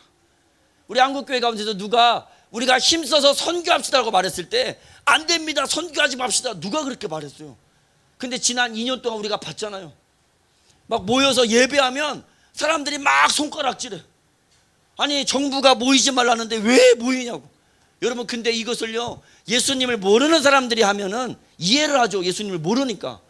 예수님을 믿는 사람들이 그런 말을 한다니까요. 막 단기 선교 갔다 오면 막 취재팀이 막 인천공항에 가고 막 촬영을 하고, 그러면은 막 그 단기 선교 갔다 온 사람이 나오면은 막 사람들이 막 그 사람들에 대해서 막 욕을 하고, 그쵸? 꼭 저런 사람들이 있다고. 아무 또 저런 사람들이 문제라고. 아무 또 저런 사람 때문에 교회가 욕을 얻어먹는 거라고.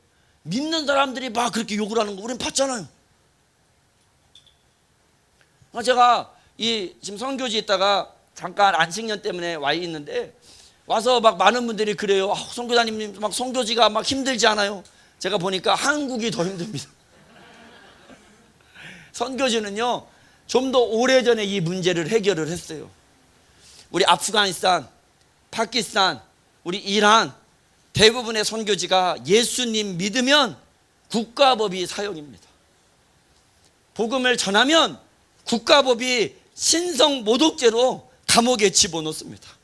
그래서 코로나 시대에도 복음을 전하다가 우리 파키스탄 형제 막 칼 맞아 죽고, 우리 파키스탄 형제 복음을 전하다가 신성 모독죄로 지금 감옥에 가 있고 재판도 안 열어줍니다.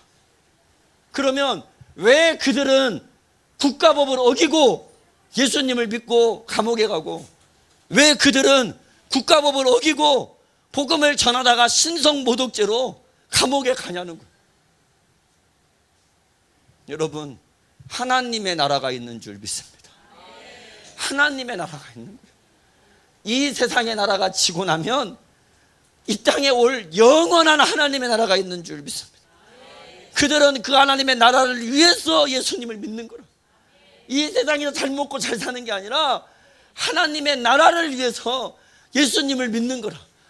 그래서 하나님의 나라를 위해서 감옥에 가고, 하나님의 나라를 위해서 복음을 전하다가 감옥에 가고, 이번 겨울에도 우리 2월 달에도 파키스탄에서 600명의 청년들이 모였는데 50%가 이제 막 예수님 믿는 사람들.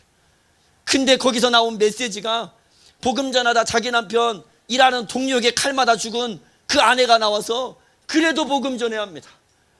감옥에 가 있는 그 형제를 보며 우리도 복음 전하다 감옥 갑시다. 근데 600명이 전부 다 그렇게 살겠다고. 여러분, 하나님의 나라가 있는 줄 믿습니다. 근데 5절을 보세요. 지금 우리가 살아가고 있는 이 시대는 다 경건의 껍데기는 있는데 경건의 능력은 없어. 그러면 이제 2022년 이제 시작이잖아요. 이제 시작인데 우리가 어떻게 우리 교회가 승리하냐. 말씀드렸다시피 역사라는 것이 패턴을 가지고 계속 반복하고 있습니다. 그러면 우리는 보는 거예요. 세계 역사 가운데서 가장 어려웠을 때 교회는 어떻게 승리했냐. 그러면 그걸 보면 우리는 어려울 때 승리할 수 있지 않겠어요? 어려웠을 때 어떻게 교회는 승리했냐. 여러분 생각할 때 세계 교회 역사 가운데 가장 어려웠을 때가 언제라고 생각하십니까? 아무래도 이 초대교회 시대가 가장 어렵지 않았나 생각을 해요. 초대교회 때는 예수님을 십자가에 못 박았던 시대입니다. 하나님의 아들을 십자가에 못 박았고 죽였던 시대라. 여러분, 하나님의 아들이 무슨 뜻이에요? 우리가 막 얘기하잖아요. 주는 그리스도시요 살아계신 하나님의 아들이라고 말하잖아요. 하나님의 아들이 무슨 뜻이냐는 거예요. 여러분, 고양이 아들은 뭐죠? 고양이 아들? 고양이. 그렇죠? 너무 어렵지 않죠? 우리 토끼 아들은 토끼. 코끼리 아들은 코끼리. 하나님의 아들은 하나님. 그래서 죽인 거라. 하나님이라 그래서 죽인 거예요. 그러면 초대교회는 하나님을 십자가에 못 박았던 시대라. 성경 가운데 하나님을 못 박았던 시대가 어디 있습니까? 초대교회가 유일한 거예요. 그래서 막 교회를 막 사륙했잖아요. 막 사냥하다시피.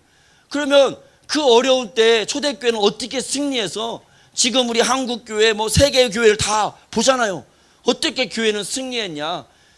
사도행전 28장은 이렇게 이야기합니다. 같이 읽어볼까요? 시작. 하나님의 나라를 전파하며 주 예수 그리스도에 관한 모든 것을 담대하게 거침없이 가르치더라. 다 세상 권세 앞에 무릎 꿇는 경건의 껍데기뿐인 이 시대 가운데 초대교회는 어떻게 승리했냐. 성경은 말하기를 담대하게 거침없이라고 이야기하고 있습니다. 우리도 그렇게 일어나야 될 줄 믿습니다. 그럼요, 우리는 그리스도인으로 담대하게 거침없이 주의 뜻을 감당하게 될 줄 믿습니다. 그러면 지금 이 시대 가운데에 2020년대를 이끌어가는 하나님의 이 역사는 어떻게 전진하냐. 하나님은요, 이 모든 민족에게 복음을 증거하고 다시 오시는 이 하나님의 역사를 이 세 가지 키워드를 가지고 지금 이끌어가고 있어요. 첫 번째 키워드는 뭐냐면 모든 세대입니다. 같이 해볼까요? 모든 세대.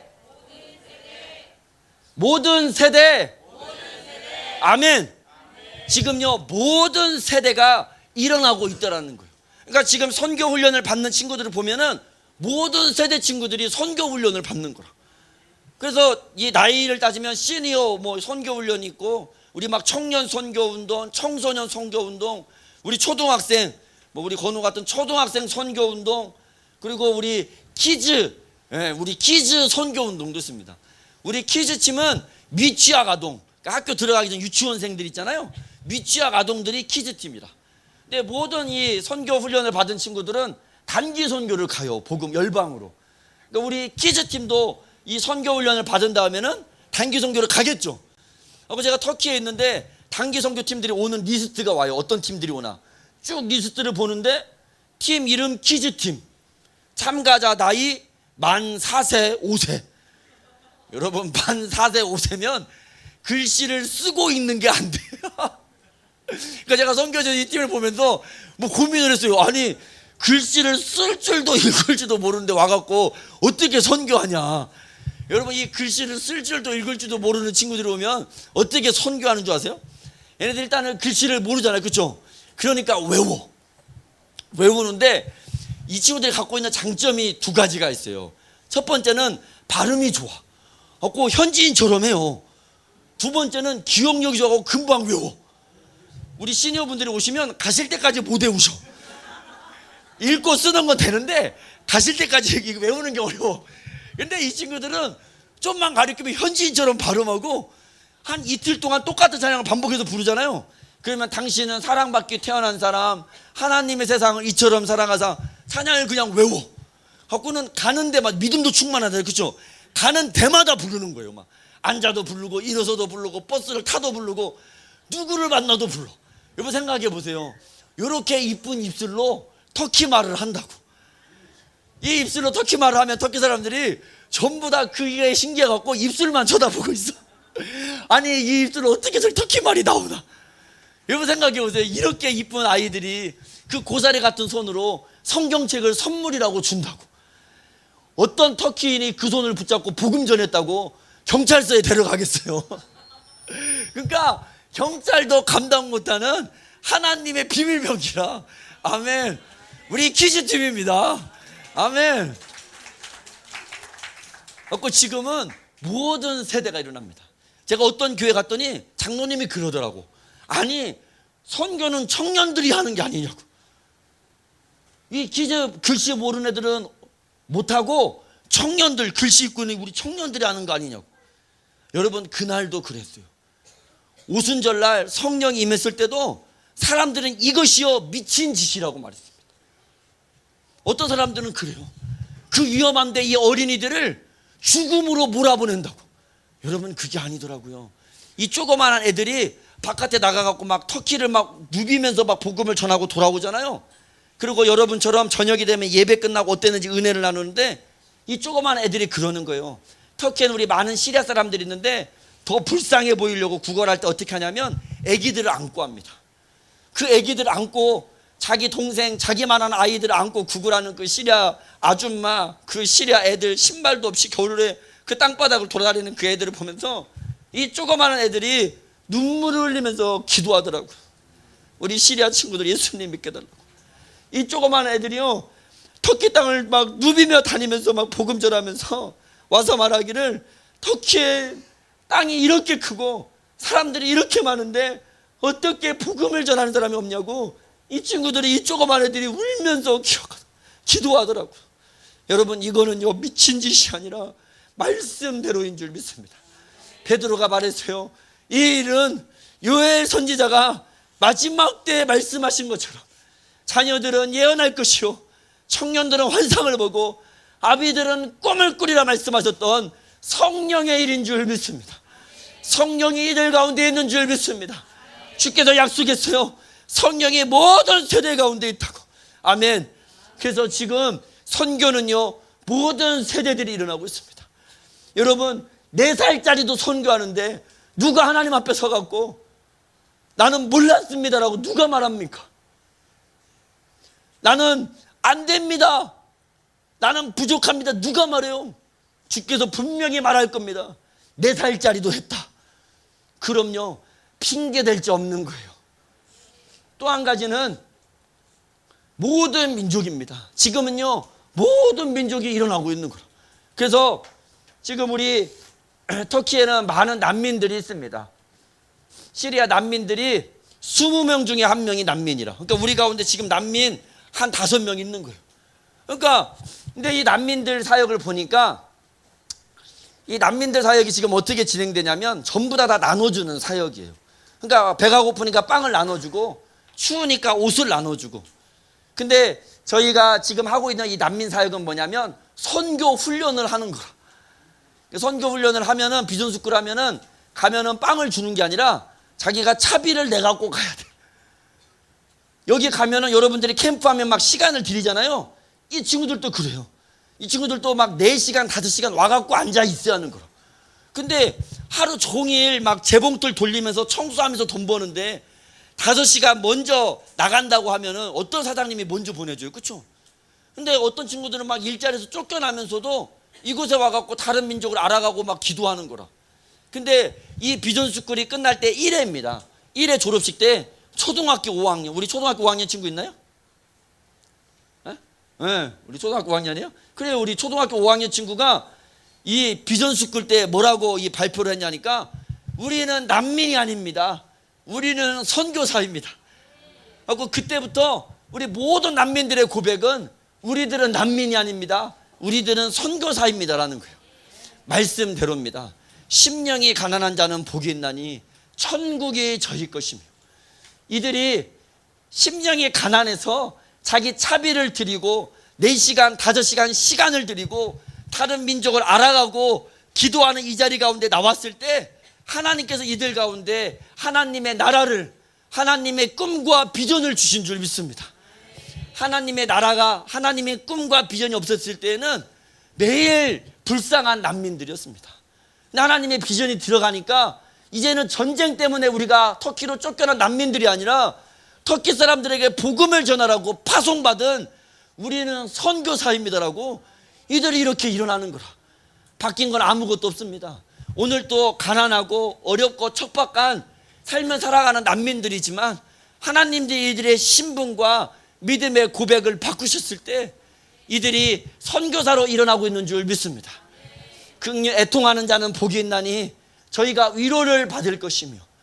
여러분, 누가 이 난민들처럼 자기 자신을 놓고 애통하며 슬퍼할 사람들이 어디 있습니까? 가진 모든 것을 잃어버렸잖아요.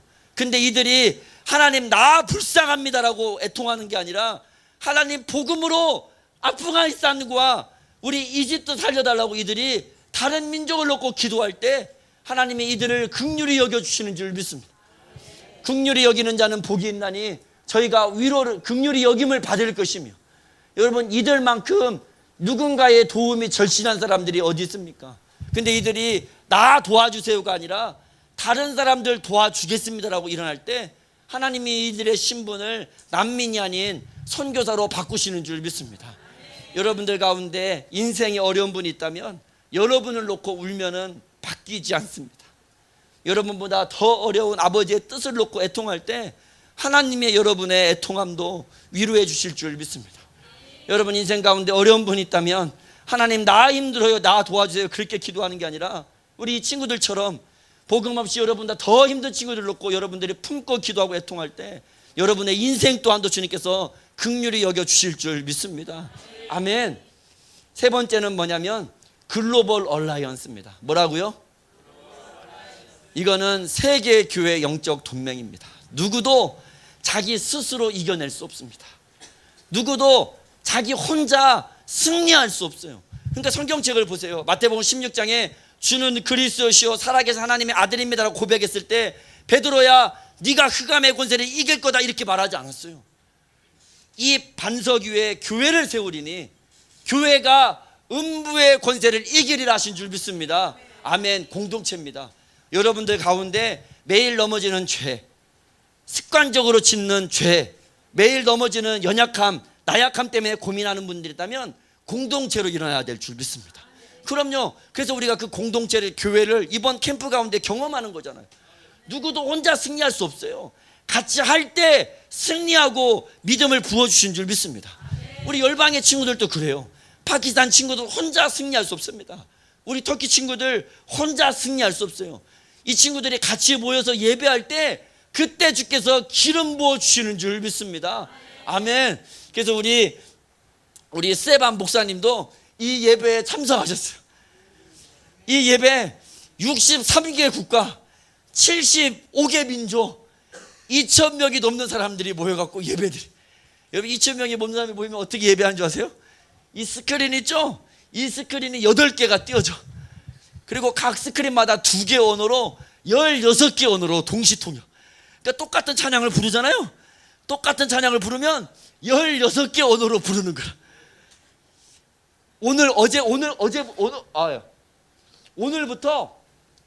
오늘부터 지금 이 예배가 온라인으로 드려지고 있어요. 그러니까 국가별로 다 모이고 오프라인으로 모인 사람들이 온라인으로 다 모이는 거라. 35개로 통역되고 있습니다. 35개 언어로. 창세 이래로 처음 있는 예배예요. 여러분, 창세 이래 이런 예배가 한 번도 없었다니까요. 국가별로는 다 모이고 줌을 통해 가지고는 전 세계가 다 모여갖고는 35개 언어로 이렇게 모여서 예배드리면 어떤 찬양을 드리냐면은 우리 열방의 찬양을 드립니다. 막 미국에서 막 짹짹짹짹 새소리가 들리는 그 막 아름다운 자연에서 피아노를 똥똥똥똥 두들기면서 쓴 그런 찬양을 부르는 게 아니라 열방에서 파키스탄 교회가 고난을 막 이기며 불렀던 노래, 이란 교회가 고난을 뚫어내면서 불렀던 노래, 그것을 전 세계 언어로 번역해갖고 그들의 믿음의 고백을 찬양으로 부르는 거예요. 우리 이란 교회에 찬양이 있습니다. 내 눈 들어 주를 봅니다. 나의 주 나의 하나님, 내 손 들어 주를 경배합니다. 나의 왕 나의 예수님. 이 찬양은 우리 이란 교회가 고난의 어려움을 이겨낼 때 불렀던 찬양인 거예요. 이 세상을 보니까 고난을 당하고 핍박을 당하는 가족을 보고 친구를 보고 고난에 밀려와 고통하는 교회를 보니까 너무 많이 힘든 거예요. 이란 교회가 그 힘든 시간들을 보낼 때 하나님 앞에 했었던 고백은, 하나님, 내가 눈을 들어 이 세상을 보는 게 아니라 눈을 들어 하나님을 봅니다. 나의 주 나의 하나님. 하나님, 내가 두려워 떨고 여기서 믿음으로 물러나는 게 아니라 손을 들어 경배합니다. 나의 왕 나의 예수님. 이 찬양을 모두가 이란 교회의 고백으로 부르는 거라. 우리 파키스탄의 찬양이 있습니다. 막 폭탄이 터지는 그 상황 가운데서 믿음을 포기하지 않고 불렀던 그 찬양을 이곳에서 다 부르는 거라. 그때 다 연약한 교회지만 하나님이 이란 교회의 영성을 부어주시고 하나님께서 파키스탄 교회의 영성으로 모든 민족들이 승리함이 일어날 수 있게 기름 부어 주시는 줄 믿습니다. 아멘. 이곳은 많은 사람들이 모여갖고 예배 드렸다라는 것이 중요한 게 아니라 정말로 너무너무 많은 이야기가 있습니다. 오늘 밤이 짧아 다 소개할 수 없는 너무나 많은 이야기가 있는데 그 가운데 한 가지만 소개하자면, 저희들이 이 예배를 드리면 맨 마지막은 이 국기 퍼레이드입니다. 둥둥둥둥 하고 드럼 소리 막 북소리가 울려 퍼지면 민족들을 호령하는 거예요. 초원길을 따라 땅끝까지 복음을 증거할 몽골 민족, 그러면 몽골 민족 청년이 이 자기 민족의 국기를 들고 저 앞으로 막 뛰어가는 거예요. 2,000명을 가로질러서. 그러면 2,000명의 청년들이 막 박수를 치며 환호를 부르며 몽골 교회에 승리하라고 외치는 거예요. 그렇게 한 민족 한 민족이 저 앞에 다 서면 모두가 다 손에 열방의 국기를 들고 마라나타 주 예수여 어서 오시옵소서 그 찬양을 모두가 다 자기 언어로 부르는 거라. 정말로 이 요한계시록 7장에 그 예배를 드리는 것 같습니다. 우리 여러분도 그 예배 자리 가운데 같이 한번 서봤으면 좋겠어요. 우리가 올해부터는 청소년 친구들도 이 예배를 드립니다. 다음 주부터 예배를 드려요. 국가별로 모이고 그리고 줌으로 다 모이고 이제 청소년들도 이 예배를 드리는 거예요. 모든 민족의 언어로. 근데 이 예배는 정말로 가슴 터지는 것 같은 기쁨과 은혜가 있어요. 근데 이 예배가 끝났는데 누가 저한테 와서 그러는 거예요. 알고 있었냐고. 뭘요? 울고 있는 사람들이 있었다고. 아니, 이 기쁜 날 누가 울어요? 우리 쿠르드 민족, 여러분 들어보셨습니까? 쿠르드 민족이라고. 전 세계에 이 나라 없는, 자기 민족의 수가 3천만 명, 나라 없는 제일 큰 민족입니다. 여러분이 성경에서 읽었던 고레스 왕, 그가 쿠르드 민족의 조상입니다.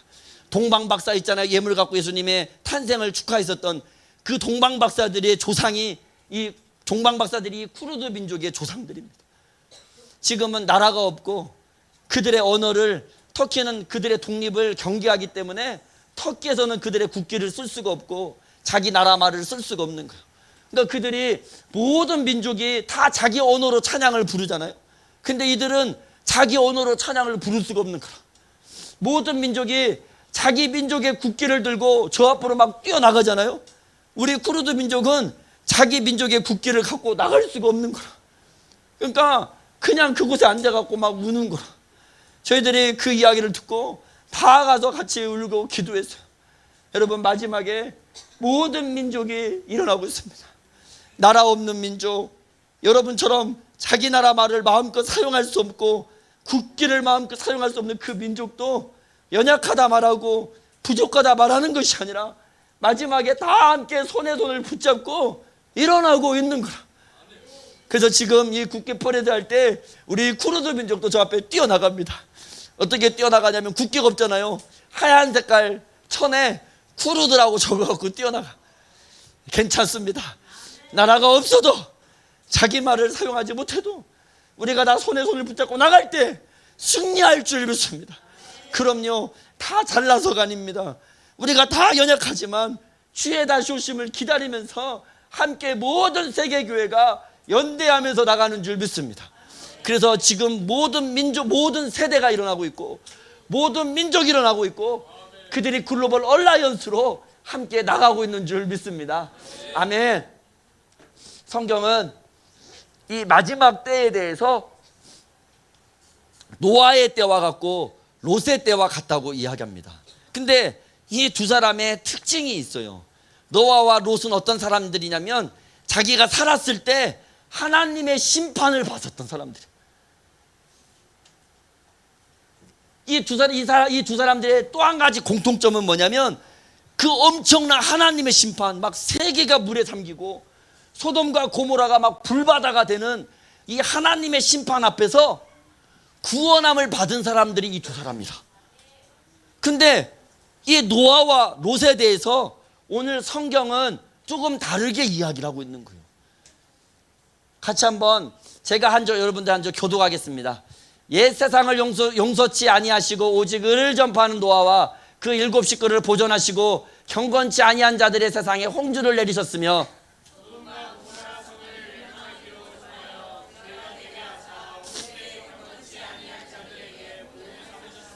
무법한 자의 음란한 행실을 인하여 고통하는 의로운 롯을 건지셨으며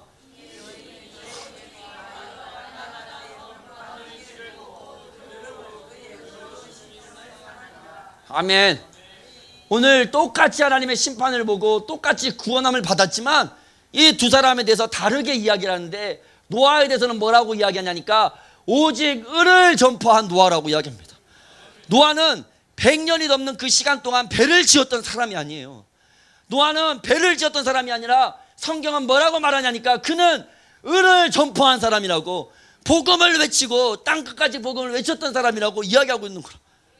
롯에 대해서는 뭐라고 말하냐니까 롯은 이 의인이 저희 중에 거하여 날마다 저 불법 반행실을 보고 들음으로 그 의로운 심령을 상했다고 고통하는 의로운 롯이라고 이야기하고 있는 거야. 그러니까 이 롯은 그 세상 사람들 가운데 거해서 사는 거라. 세상 사람들이 원하는 것을 같이 원하고 세상 사람들이 취하고 싶은 것을 같이 취하고 세상 사람들이 가는 곳을 같이 가고 세상 사람들이 보는 것을 같이 보고 세상 사람들이 듣는 것을 같이 들으며 똑같이 그들 가운데 거하며 그 마음이 고통했다고 이야기합니다. 그러니까 노아는 나가서 을을 전파했지만 롯은 그들과 똑같이 살면서 그냥 고통하고 괴로워한 게 끝이라.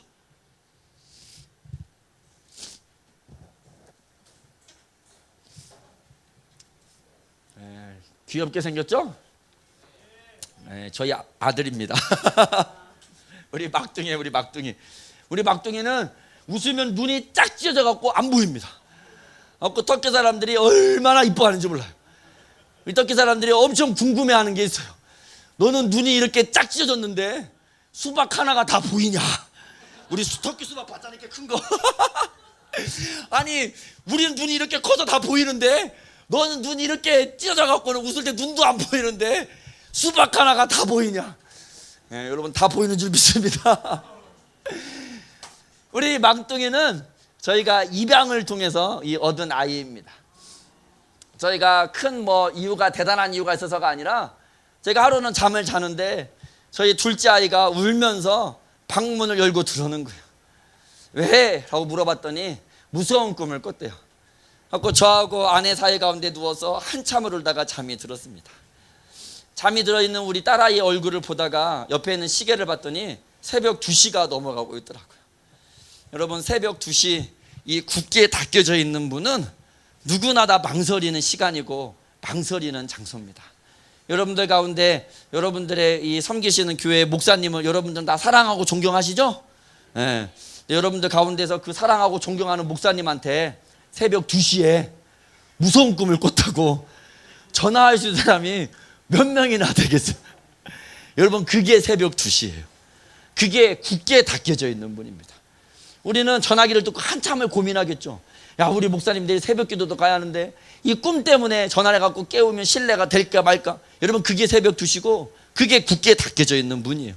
근데 언제 그 문을 거침없이 열고 들어올 수 있냐면 그 안에 부모님이 있을 때. 부모님이 있으면 새벽 2시건 언제든지 찾아갈 수 있습니다. 부모님한테는 여러분이 못해도 다 실패해도 언제든지 찾아가서 엄마하고 기대서 울 수 있고 기대서 쉴 수 있는 게 그게 부모님인 거예요. 하고 새벽 2시에 야 부모님 있다는 게 얼마나 행복하냐 하고 제가 그 다음날 우리 아내한테 그랬어요. 우리가 입양을 합시다. 그랬더니 우리 아내는 엄청 착해요. 정말로 착한데 우리 아내가 그러더라고요. 우리는 너무 부족하다고. 아니 그 귀한 아이한테 잘 못해주면 어떡하냐고 하고 걱정이 너무 많았어. 하고 제가 우리 아내한테 그랬어요. 우리가 다른 거 아무것도 못해줘도 새벽 2시가 됐건 3시가 됐건 엄마하고 아빠하고 뛰어올 때 그 자리 가운데 엄마라는 이름으로 아빠라는 이름으로만 있어줘도 얼마나 이 아이에게 축복이 되겠습니까? 그래서 저희 아내가 한참을 기도하다가 허락을 했어요. 근데 그때 우리 아이들이 이미 첫째는 초등학교 3학년 많이 커 있었어. 그래갖고 저희가 저희들만의 의견을 갖고 결정할 수가 없어서 가족회의를 해서 가족회의를요. 그랬더니 저희 초등학교 3학년 된 우리 아들은 입양에 대해서 얘기하면서 우리 가족이 되는 것은 입양을 통해서 이 가슴을 낳아서도 할 수 있다라고 얘기를 했더니 우리 아들이 그러더라고요.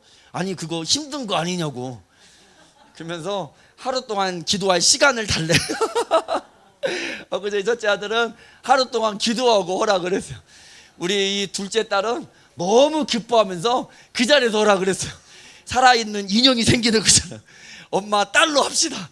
내가 머리도 묶어주고 치마도 입혀주고 이 여자 동생이 그리웠던 거죠. 그래서 너무 기뻐하면서 허락을 했어요. 그래서 저희가 입양을 했는데 저희 아이가 저희 집에 왔을 때가 2014년 4월 27일이었습니다. 2014년 4월 27일 날 그때 너무너무 기쁜 날이었죠. 근데 2014년 4월 27일 우리 한국 분위기가 어땠냐면은 우리 세월호 사건이 있은 지 얼마 안 됐을 때였습니다. 우리 단원고 학생들 300명가량이 배에 타고 있는데 그 배가 기울어져 갈 때 가만히 있으면 구해준다고 그랬어요. 그래서 사람들이 다 가만히 있었고 그 배는 그렇게 가라앉아서 다 죽었습니다. 그때 모든 한국에 있는 어머님들은 자기 자녀를 잃은 것처럼 가슴 아파했고 모든 사람들이 노란 리본을 붙이면서 이 아이들을 기억하고 슬퍼했어요. 그게 4월 27일 우리 한국의 대한민국의 분위기였습니다. 슬픔이 깊으니까 분노가 되더라고요.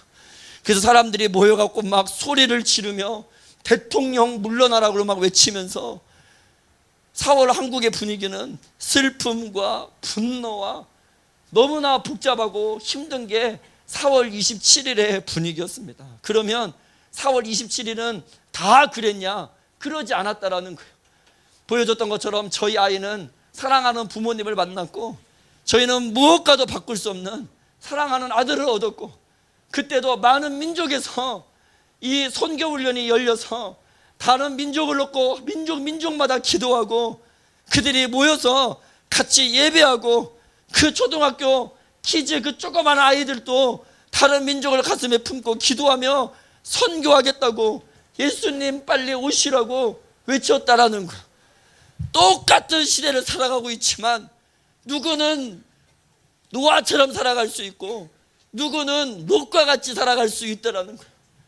2022년 똑같이 우리가 이곳에서 예배드리며 똑같이 그리스도인으로서 우리가 살아가지만 우리 가운데 누구는 노아와 같이 살아갈 수 있으며 또 누구는 롯과 같이 살아가고 있다라는 거예요. 우리는 그 세상 사람들 한가운데 거하며 그들과 똑같이 살아가면서 고통하는 롯이 아니라 세상 가운데서 하나님의 의를 전파하는 그리스도인 우리 롯과 같이 일어나야 될 줄 믿습니다. 아멘. 그래서 우리는 이 세상을 사랑하는 악하고 음란한 세대가 아니라 이 세대의 아픔들을 끌어안고 하나님의 역사를 완성하는, 서서 언젠가 오시겠지라고 생각하는 그런 그리스도인이 아니라 주님의 다시 오심을 예비하며 나가는 이 시대와 역사 앞에 그리스도인으로서 아빠는 이 시대 가운데 선지자적 역할들을 감당하는 저와 여러분들이 되기를 소망합니다. 네, 우리 왼손 한번 이렇게 펴볼까요? 네, 벌써 까먹은 거 아니시죠? 네, 우리 하나님의 첫사랑 우리 터키입니다. 우리 왼손에 우리 오른손을 한번 포개보고 우리 눈을 한번 감아볼까요? 우리 한번 같이 기도했으면 좋겠습니다. 우리 왼손과 같은 저 열방은 자기 혼자서는 예수님을 알 수 없습니다. 그래서 주님은 우리가 오른손이 되어 그 왼손 위에 포갤 때 하나님의 일을 시작하시는 줄 믿습니다. 이 조선 땅을 사랑했었던 오른손과 같은 우리 선교사님들이 있었습니다. 그들을 통해 우리 조선은 복음을 받게 되었고 부흥을 맛보았습니다. 저 열방에도 오늘 또 왼손과 같이 살아가는 많은 민족들이 있습니다. 또 그 민족들을 향해서 오른손과 같은 민족들이 되겠다고 일어나고 있는 민족들이 있습니다. 저 시리아 난민들도 페르시아 난민들도 자기 민족도 전쟁하고 있는 저 시리아 땅에 있는 우리 그리스도인들도 하나님, 우리가 이 시대의 아픔을 품고 하나님의 역사를 완성하겠다고 일어나고 있습니다. 우리 이 시간 같이 한번 기도할 때 하나님, 이 어두워져가는 시대 가운데 하나님의 역사를 완성하는 그리스도인으로 일어나게 하여 주십시오. 우리 한 사람 한 사람 롯과 같은 자가 아니라 노아와 같은 은을 전파하는 우리 메시아적 사역을 감당하는, 특별히 선지자적 사역을 감당하는 그리스도인으로 일어나게 하여 주시옵소서. 함께 기도하겠습니다. 주여, 주여, 주여. 아버지, 그렇습니다. 이 아빠하고 신음하는 이 시대 가운데 하나님의 역사를 완성하는 우리 한 사람 한 사람 되게 하여 주시옵소서. 하나님, 우리가 그리스도인입니다.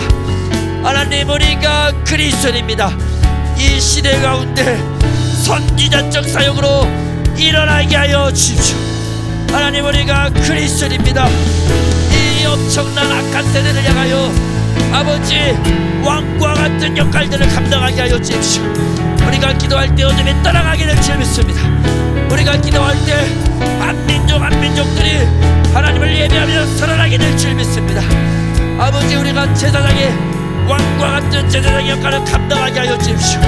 복음을 전할 때 그들도 예수님을 믿으며 주 앞에 돌아오게 될 줄 믿습니다. 우리가 하나님의 경과 믿음을 전할 때 그들도 선교사로 그리스도인으로 일어나게 할 줄 믿습니다. 아버지, 우리 한 사람 한 사람이 아버지 시대와 역사 앞에 우리 한 사람 한 사람들이 시대와 역사 앞에 그리스도인을 일어나게 하여 주시옵소서. 노아와 같이 일어나게 하여 주십시오. 우리 가운데 롯과 같이 살았던 연약함들이 있다며 이 시간 노아와 같은 믿음으로 하여 주시옵소서.